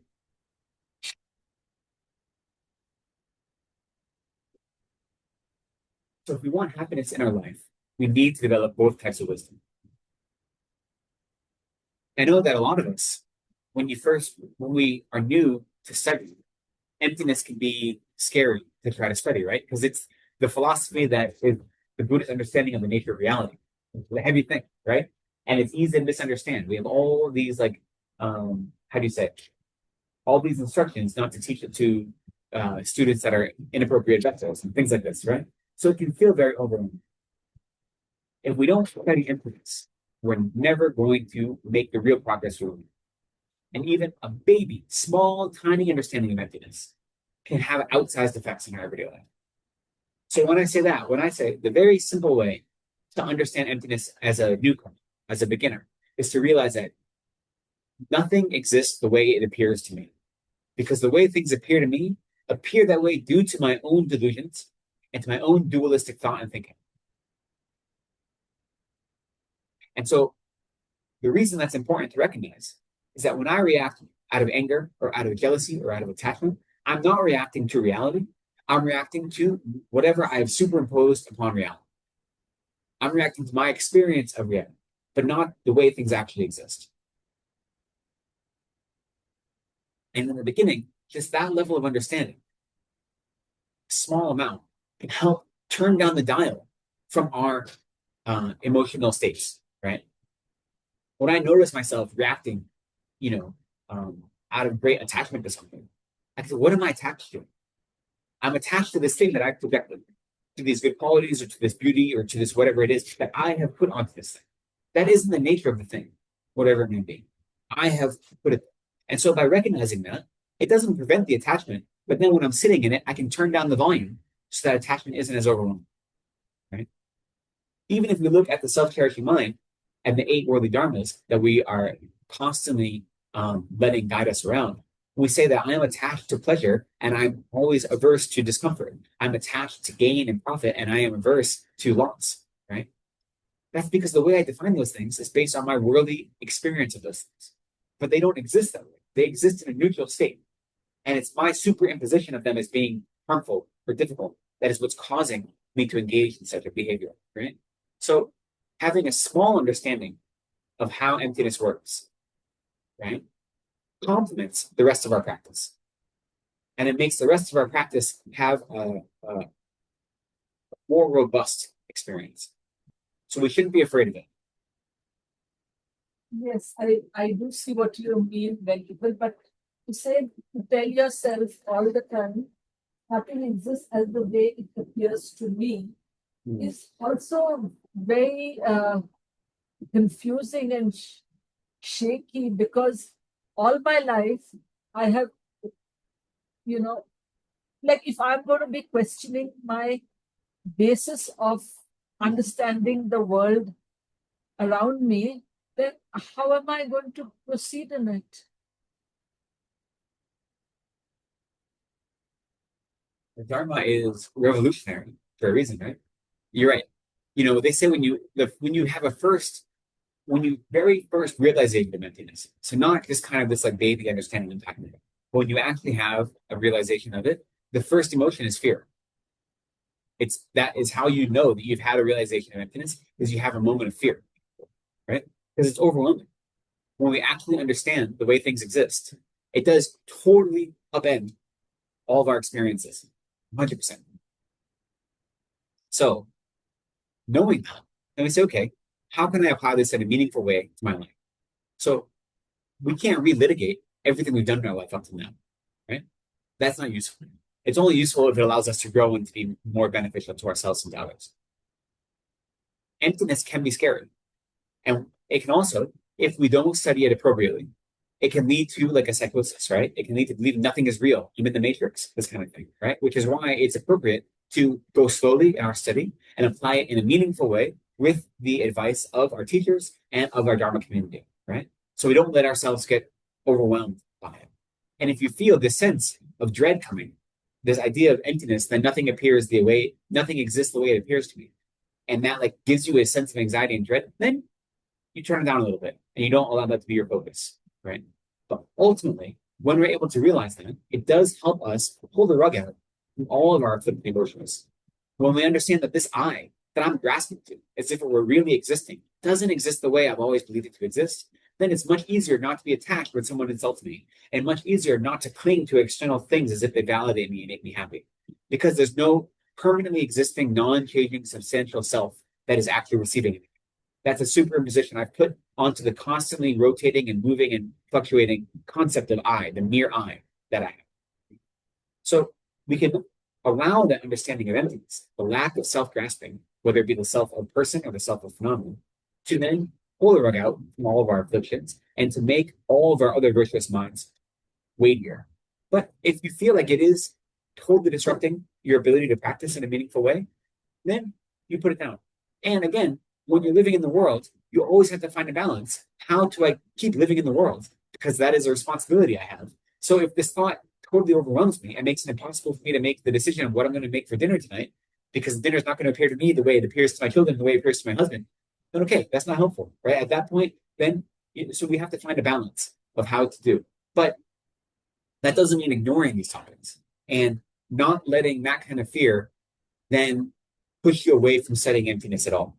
So then in that regard, you use emptiness maybe in your meditation practice, you spend a few minutes trying to recognize it, trying to say, okay, if this I that I've held on to my whole life as being truly existent doesn't truly exist, what are the consequences of it?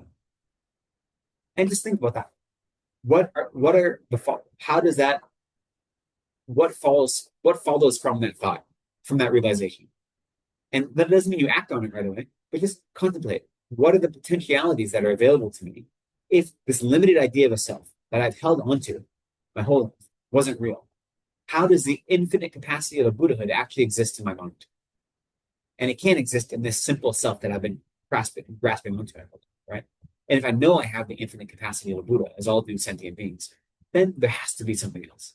So you slowly let it in. And for me, at first, like I said, in my personal practice, I find emptiness most useful in the beginning to help when I have a really overwhelmingly large emotional responses to things. And understanding emptiness, excuse me, not understanding emptiness, but trying to bring my meager understanding of emptiness to those overwhelmingly large emotional responses can help tame them, right? So that's when it's most useful for me in the beginning, even though I don't have a real understanding of it, just a small understanding of it. When I feel really overwhelmed by anger or attachment, that's when it's most helpful, right? In the beginning, because that doesn't threaten my everyday. And then slowly you make it more integral to your everyday practice. Again, what the three attitudes we talked about at the beginning, right? Long view, expansive view, and relaxed view. We need to have all three. When we go about any of our daily activities, our Dharma practice, our spiritual engagement, we have the long view that says there's a long road to Buddhahood. And so I'm committed to the long-term goal, not the short-term goal. The expansive view that says there are many different aspects I have to learn and I have to see how they fit together and how they complement each other. And I have to be relaxed as I do it. I can't cling to anything too tightly because then I'm just going to stay stuck in this rut and not ever going to create more psychosis for myself. So we have to always remember the importance of relaxation. And as I've said over and over again, Tibetans are very good at that. That's the best advice I ever get from my teacher. Just relax. Don't stress out. It doesn't matter what I'm doing. That's the advice. And I told them I had to come, what day? Today's this. Friday night, we had a puja at my house. There's some sponsor, I think, that passed away or something. I don't know. For some reason, we've had pujas at my house every day after debate. So we finish debate at 10 p.m. and then we have to go do a puja at my house. And it's been so hot, as you know, it's been quite hot, right? In the mid 30s. And so we get to the temple, the small prayer room, the temple we have on the top floor of my house. And mostly it's schoolboys and a couple of us. And I sit right next to my teacher. And he's like, let's just do it strictly. It's so hot. We have to, it's very difficult. And so on Friday, we did recitations of the Heart Sutra. I think we did maybe a dozen recitations of the Heart Sutra in like 15 minutes. If you want to see how fast you can recite the Heart Sutra, do it in 35-degree heat when everyone's exhausted. But at the end, I'm like, oh, I have to go to Bangalore this weekend. Some teaching, right? He goes, oh, that's very good. It's so hot. Just relax. Don't be stressed out. That's his advice. It's very, very hot. I know. Thank you. Yeah. So that's the advice always, and it's important. We have to have that relaxed element, right? Yeah. It's not Venkata, I have a question. sure. May I? Yeah, thank you for today's session. You were mentioning about the concept of contempt and compassionate, right? Contempt, that you mentioned that, like, for example, you gave a thing about you go to a coffee shop, you have a coffee, Yeah. and it's like it's contentment or contempt. How do you define that?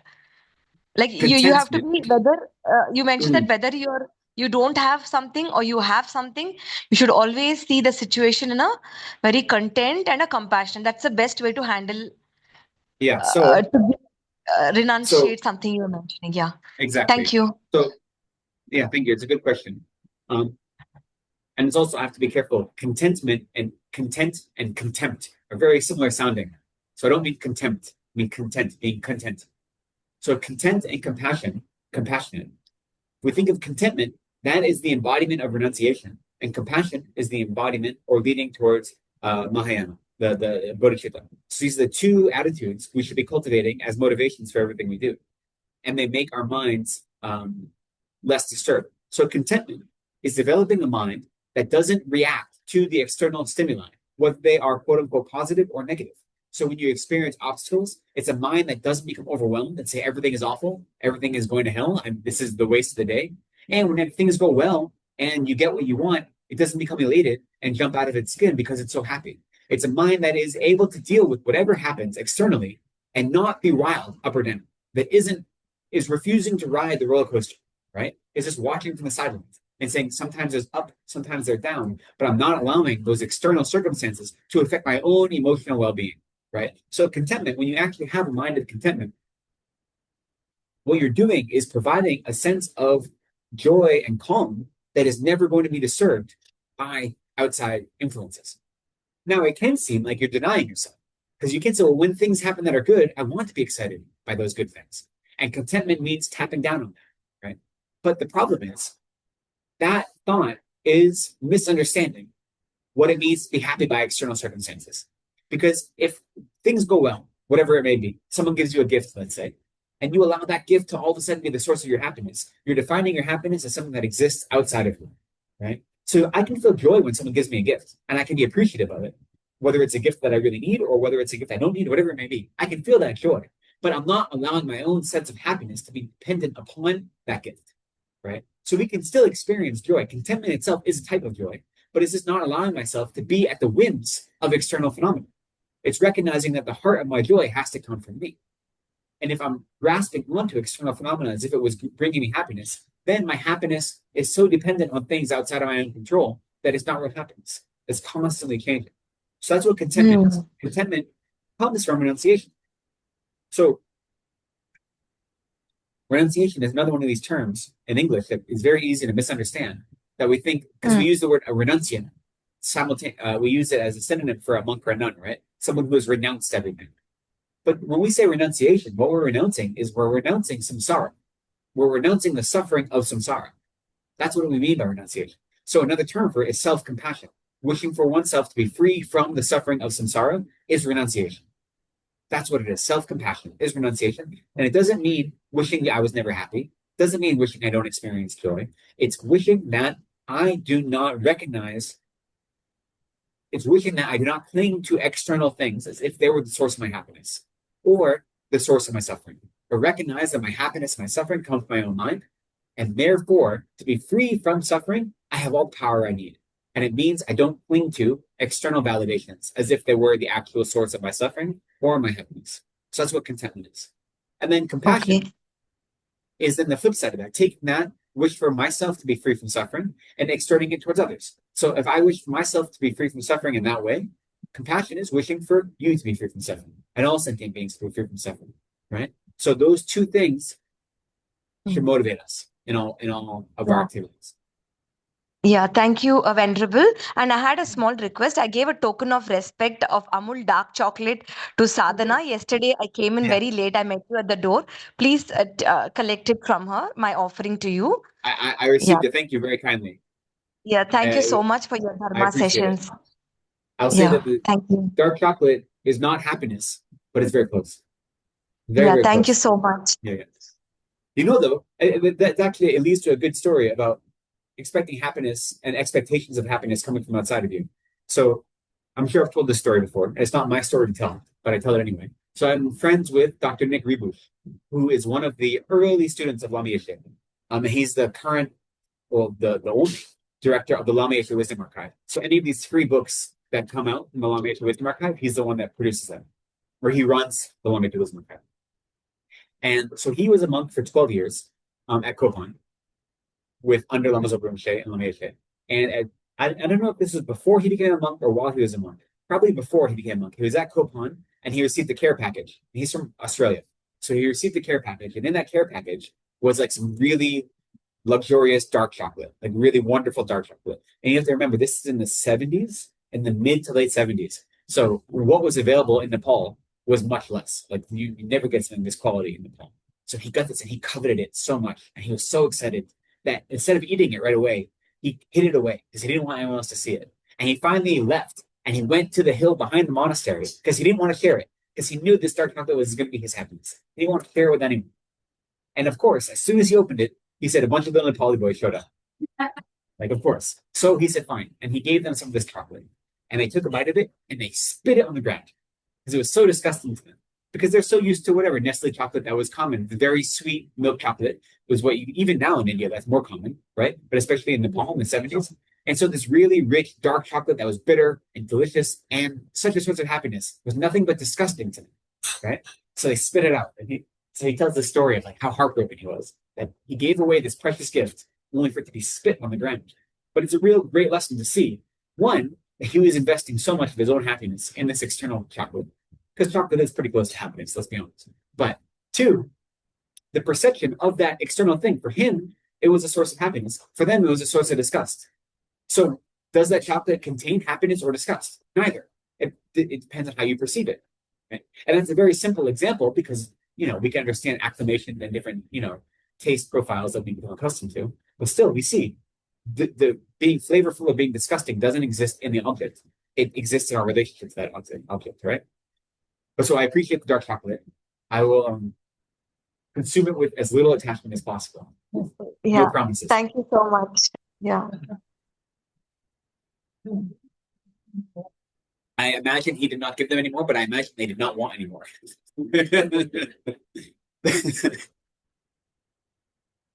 I had a similar thing with my teacher. I tried to get him interested in quinoa because he eats a lot of rice. And, the monks I live with are from Muntawan, so up in Arunachal Pradesh. And there's really delicious red rice that they make in Tawang. And it's got a lot of protein and it's really good food. And it's quite nutty and delicious. Really, really nice. So my teacher eats a lot of rice, this red rice. And he doesn't have any blood sugar problems right now, but he's in his late 60s. And so you always want to watch your intake of starches, right? And so I thought quinoa is really delicious. It's much more readily available in India now. It's easy to make, and it's good to substitute for rice, especially if you're having white rice. So I bought some quinoa, and I showed him how to make it. And he's like, "Oh, that's great!" And I made some for him, and he's like, "Oh yeah, it's very nice." And then, I think a month later, he brought back the quinoa. He's like, "You can just take this back. That's okay." And I was like, "Okay, well, I tried." He's like, "This old dog, new tricks. It's not going to happen." You're like, "Okay, right?" But anyway, yeah. So people have different something being beneficial or delicious or distasteful comes from our perception. So we have a little bit of time left. I think it's worth at least starting the next section, and then we can have a few questions at the end of the meeting.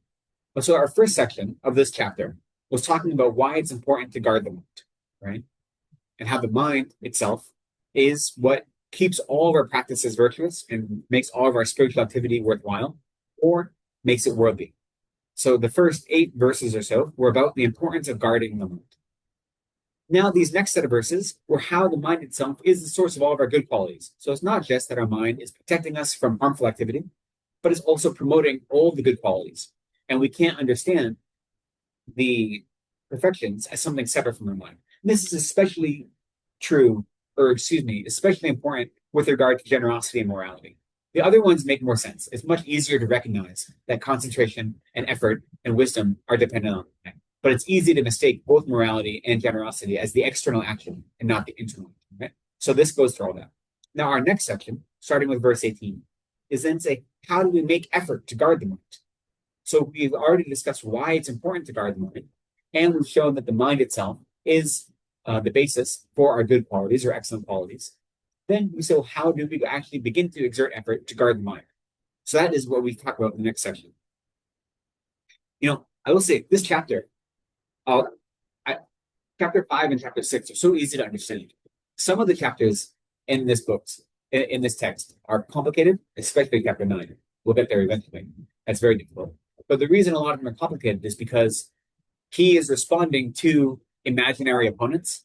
So when you look at a commentary, it'll say, if an opponent says, "What about this?" then he answers in verse. But the opponent's accusation or whatever it may be isn't explicit. So you have to read it. You have to know it by reading the verse. And if you don't know that he's responding to some sort of external opponent, then you say, what does this verse really mean, right? So some of them it can be complicated like that. We had some of those in our last chapter. There were a few verses you're like, where does this verse come from? It seems like it's coming out of nowhere. And you're like, oh, well, he's responding to this potential criticism, right? He's cutting the criticism off. You don't see that a lot in this chapter. This chapter and chapter 6 are both very straightforward. And there are a lot of verses that are just really easy to understand. So I definitely encourage everyone to continue studying this text on their own outside of our Sunday morning class. And then when you have doubts or you have questions, you bring them to class, and that is a perfect way to continue and deepen our practice. But especially this chapter, a lot of the verses, I think, you'll be able to at least get a good idea of what they mean without worrying about with your own private study. So verse 8, now we're looking at making effort to guard the mind. Sorry, not verse 8, verse 18. So that being so, right? That being so, referencing everything that came before, that guarding the mind guards all of our practice, and the mind itself, guarding the mind is a source of all our virtue. With that being the case, then I shall hold and I shall guard my mind well. Without the discipline of guarding my mind, what are the use of many other disciplines? So if we acknowledge that the only way to protect all of our activities from devolving into non-virtue, and the only way to make sure all of our activities become virtuous is by guarding our mind, then what's the use of attempting any other type of activity if we're not starting with guarding the mind, right? If we acknowledge, and through our study and contemplation, we develop conviction that guarding the mind is critical to avoid non-virtue and to encourage virtue, then why would I ever do anything without starting at the mind? You know? So why would I ever practice any other discipline if I don't start with training my own mind? You know? So why would I put the cart before the horse, basically? And so then these next two verses, which we at least we can end with, maybe we'll come back to them if we need next week, but they give an analogy which makes this very clear. Just as I would be attentive and careful of a wound when amidst a bustling, uncontrolled crowd, so I should always guard the wound of my mind when dwelling among harmful people. And if I am careful of a wound through fear of it being slightly hurt, then why do I not guard the wound of my mind through the fear of being crushed by the mountains of hell? So the analogy is saying, like, say you broke your wrist, right? And you go out to the market, you're going to be careful, instinctively. You're going to protect whatever this wound you have because you don't want other people to jostle you, to cause you more physical pain. That's our instinct. So if we know that that's our instinct, and if we've come to recognize that my mind itself is the cause of all my happiness and suffering, only by protecting my mind can I actually avoid all of the non-virtuous activities and can I accumulate virtue. If we've come to accept that, then why would we not constantly guard our mind when we are around obstacles or circumstances that lead themselves towards non-virtue, such as harmful friends, right? So if we know we have to be in an environment which could lead us towards non-virtue, which could encourage us to engaging in harmful behavior or developing bad habits. And by bad habits, we mean habits that are non-virtuous, right? It's not like a judgment call. It's more of just recognizing this is not a habit that is promoting Buddhahood, promoting something else. If we know that we're going to be in that environment, why would we not exert extra effort to protect ourselves? In the same way that if we have a physical harm, we're going to be extra careful when we go out to the crowd. So maybe we'll start with these verses next week. But just think about them, that if I think of how instinctual it is for us to protect our body when we have a wound, that we don't even think about it, right? If I cut my arm or I break my wrist or something, I don't even think about going out of my way to make sure I don't exacerbate that pain. It's my natural instinct. Yeah, I don't have that instinct with my mind. And that shows that I haven't done the work to really understand the importance of my mind in causing my own suffering, right? I may have an intellectual understanding of it, but if I don't have the instinct that I should always be guarding my mind, then it means that I have more work to do. And the important thing here, the reason this comes here in the chapter is because it's not just protecting from non-virtue, it's also to remember that guarding the mind is also promoting virtue. So it's not just saying don't do these things. It's also saying these are the good things we have to do, right? It's not all a downer. It's not all proscription. There's proscription and prescription both. Sometimes the language of guarding the mind sounds like you're protecting yourself from this outside world. And that is the analogy we use. But we also have to remember there's a positive element as well. It's not just about shutting down. It's about building up, right? But building up in such a way that you wear the armor of spiritual practice so you don't become overwhelmed. Either by your own despair at not accomplishing things quickly enough or others' difficulties or obstacles. Okay, so maybe that's actually a good place to start next week. So the last few minutes today, do we have any questions we want to talk about? Yeah.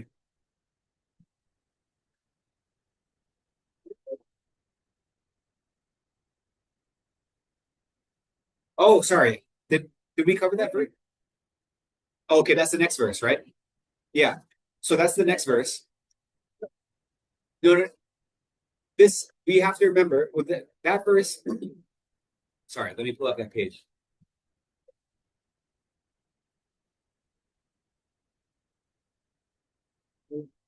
Okay, so that's verse 21.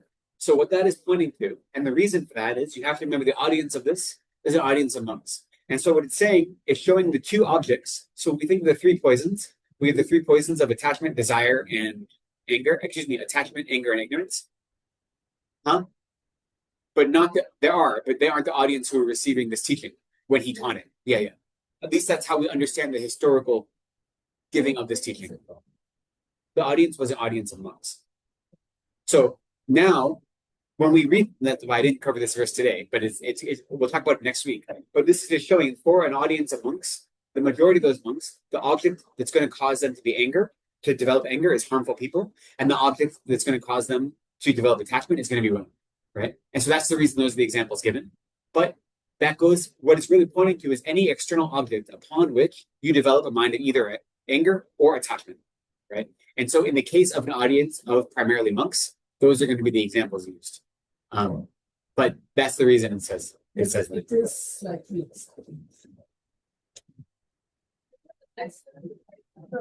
Whether it's yeah. There was some text which was misogynistic.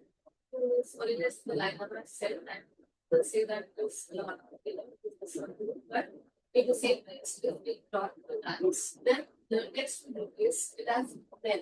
So don't think it in a way that some sort of discrimination. It's just written that. The truth is, so this is an interesting way to end our class today. The truth is, the teachings of the Buddha, the way they're taught, are not misogynist, and they have no discrimination against men or women or third genders. The community of Buddhist practitioners definitely has patriarchy and misogyny. That's just the truth in the world, right? Even at the time of the Buddha, I'm sure it existed. I know it existed. I'm sure it existed even within the community of Buddhist practitioners. It definitely exists now. And we can even see at the development of Tibetan Buddhism, like the role of nuns has almost always been subservient. It's like they wait on the monks, at least historically. Well, the rules. So this is a much bigger conversation. The way the rules were developed when we study Vinaya is that the rules were developed in response to the external circumstances that were happening. And so I look at all the vows I follow as a monk, and I have 253 vows. And all of those vows came about because there were instances of circumstances that were causing monks to engage in non-virtue, or they were causing monks to engage in behavior that caused distrust to the Lekden, whatever it may be. And so the vows came as a response to keep us free from engaging in those non-virtuous actions, right? So the vows aren't rules to hold me back. They're guidelines to help make sure I move closer towards liberation. Now, if you consider that at the time of the Buddha, when they developed all of the rules for a fully ordained nun, women were treated worse in society than men were. And therefore, the opportunities for them to experience obstacles, there are more obstacles. So every one of the vows they have is trying to prevent an obstacle before it arises. So nuns have a vow, fully ordained nuns have a vow, that they're not allowed to go out after dusk by themselves. They have to be with another nun or with someone else. They can't be alone, right? It has nothing to do with the nun, but it has to do with the fact that there were nuns going out alone and they were being attacked on the road, right? So then the vow was created not because there's anything about the nun herself that is inappropriate to go out on her own, but in order to protect her and to make sure that she's able to maintain a calm mind, then she has to have someone with her accompanying her. It could be another nun or someone else. So it can look somewhat parochial in that way. A lot of the vows are parochial, but that's true for the vows for monks and nuns, is that they're trying to prevent things that may not be in our control, but trying to prevent us from being in circumstances where we can experience more difficulties or harm.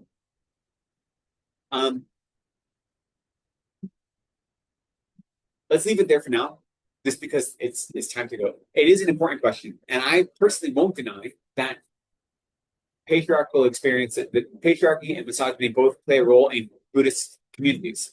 The teachings themselves, I don't think, have any of that. And so we have to look at those moments where we see teachings and think that this is being misogynist or patriarchal and say, okay, why is that my reaction? What is that reaction based in? And is that because, so for instance, in this case with this text, if we understand that the text itself was being delivered to a group of monks, then we can understand the context for it. And then when delivered to a mixed gender audience or to an audience of nuns, then you change the teaching to get the same meaning across that is appropriate to the audience being taught, right? So you can say, well, the fact that this was given only for monks and not for nuns, maybe there's some patriarchy there or misogyny in that act itself. But it's worth us analyzing. but not jumping to the idea of it being misogynistic. Though I agree, it's worth looking at because there is a valid critique of communities. The critique, I don't think, is of the teachings themselves, but in the way those teachings have been applied was definitely a bit influenced by the culture. So it's worth us looking at, and analyzing. And sometimes, we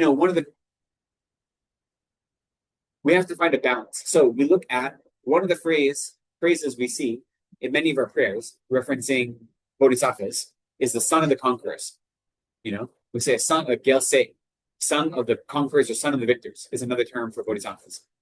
And so sometimes in our prayers, people want to translate that as a child of the conquerors instead of a son of the conquerors, because that makes it more inclusive. But if you look at the intention behind the word son, is in the context of when those were created. It is a prince who would adopt the mantle of becoming a king, and princesses never would become rulers. Whether that's fair or not, that was the situation. So identifying the son of a conqueror as a prince shows that they have the ability to then become the king, which is to say become a Buddha. So we can know that intellectually and then say, well, I'd still prefer to say the child of a conqueror. And that is balance we have as contemporary practitioners to say, if I know what the meaning is, can I change the word? And by changing the word, I pull myself farther away from that original intention, but I still know it or not. So that's something we have to struggle with. I'm sorry? I said, yeah, well, exactly. That's, so that kind of engagement, I think, is really useful. But it's the kind of thing where if you didn't know, I don't mean you, I mean, the general you didn't know, the reason the term son of a conqueror is used is because it's referencing the way princes and princesses adopted power in ancient India. Then therefore identifying as a son instead of a child was intentional. And we just choose to change the language because we want to make it more inclusive. Then that's a little bit difficult, right? So if we understand the meaning, then we struggle. Let's say maybe changing this is more useful. As long as we understand the meaning, we're doing it in an informed way and not in an uninformed way, right? So I agree. Those are really important conversations to have. And it's worth, whenever we experience something that feels discriminatory, that we definitely call it out and do an investigation into it, because that's not the most discriminatory sounding thing you're going to hear,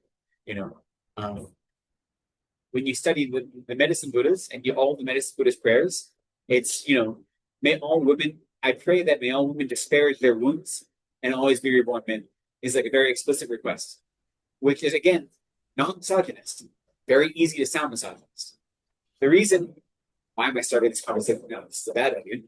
The point of that, though, is recognizing that even in contemporary society, which is definitely true at the time of the Buddha, women have more obstacles than men.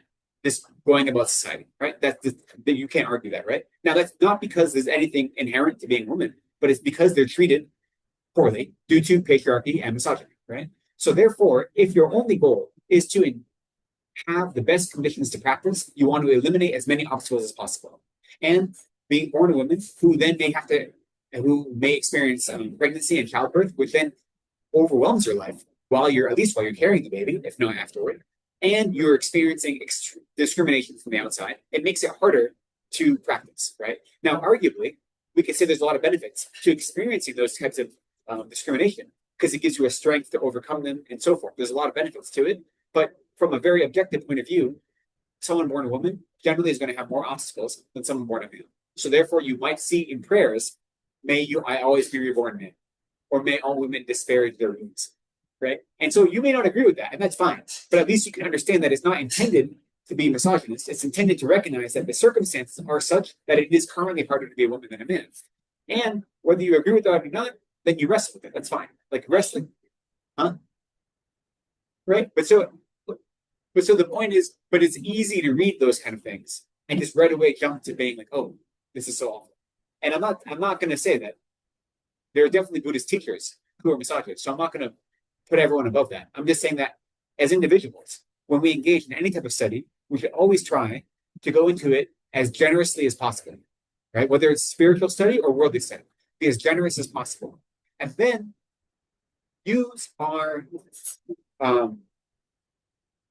insight to then couple with generosity. And if critique is valid, then we bring in critique. But we should start with generosity and move towards critique as opposed to starting with critique, right? I know that when I was in grad school, I'm sure this was true in undergrad as well. I didn't realize it as much. But in grad school, when you go to a seminar, you can tell the people that didn't really understand the reading because all they do is criticize it, right? They don't try to think with whatever, especially because I was studying religion and philosophy, so a lot of it was hard to understand, right? So instead of trying to think with the thinker and seeing the logical and beneficial places they're thinking to take you, the first thing was criticism. And it shows that they didn't really engage in it because it was complicated or for whatever reason, right? So you could always tell. And I imagine the professors had to be able to tell as well. If the first thing out of your mouth is being like, well, I don't agree with this thing, you're like, okay, well, so I personally find it more beneficial to lead with generosity and then allow space for critique when it's valid, but critique that is based on exploration and investigation, and not reactionary. Like that. Okay, that was a strange place to end our teaching, but it's important. It's very important because this text was written in the 8th century or was composed in the 8th century, right? So it's going to say things that are against our normal way of being. And some of those are because we are living in we have worldly habits that are following worldly ways of being. And others are going to be because our culture is different and all these other things are different. So those are all interesting things and important for us to explore. So I appreciate that came up, even if it was a strange way to end our class today. So with that, let's take a moment to recognize that by exploring the Dharma together today, by committing ourselves to practice and to study, we have accumulated some merit, some virtue, and instead of wishing to keep that for ourselves, we develop a mind that wishes to dedicate that virtue to others, even if that virtue comes from our questioning the Dharma. Right? That's okay. Questioning and being skeptical is a wonderful way to gather virtue because it's through our skepticism that we are encouraged for further study. Right? So whatever merit we've accumulated, we dedicate that to others, that our merit may ripen on others who are suffering, that it may be free from all their suffering, and that it may ripen on our own fast achievement of Buddhahood so that we may be of best service to others in that way. And so as we generate this mind of dedication, we'll also offer a few verses of dedication in our gold book on page 36, I believe. And so we can do, as we've done, the first 2 verses we'll do in English, and then we'll repeat the second verse once in Tibetan, and then we'll offer the long left prayer verse one in Silent. May I quickly attain the state of a Guru Buddha and lead all living beings without exception into that enlightened state. May the supreme jewel of Bodhisattva that has not arisen arise and grow. May that which has arisen not diminish, but increase more and more. Sem Choe Khor Sum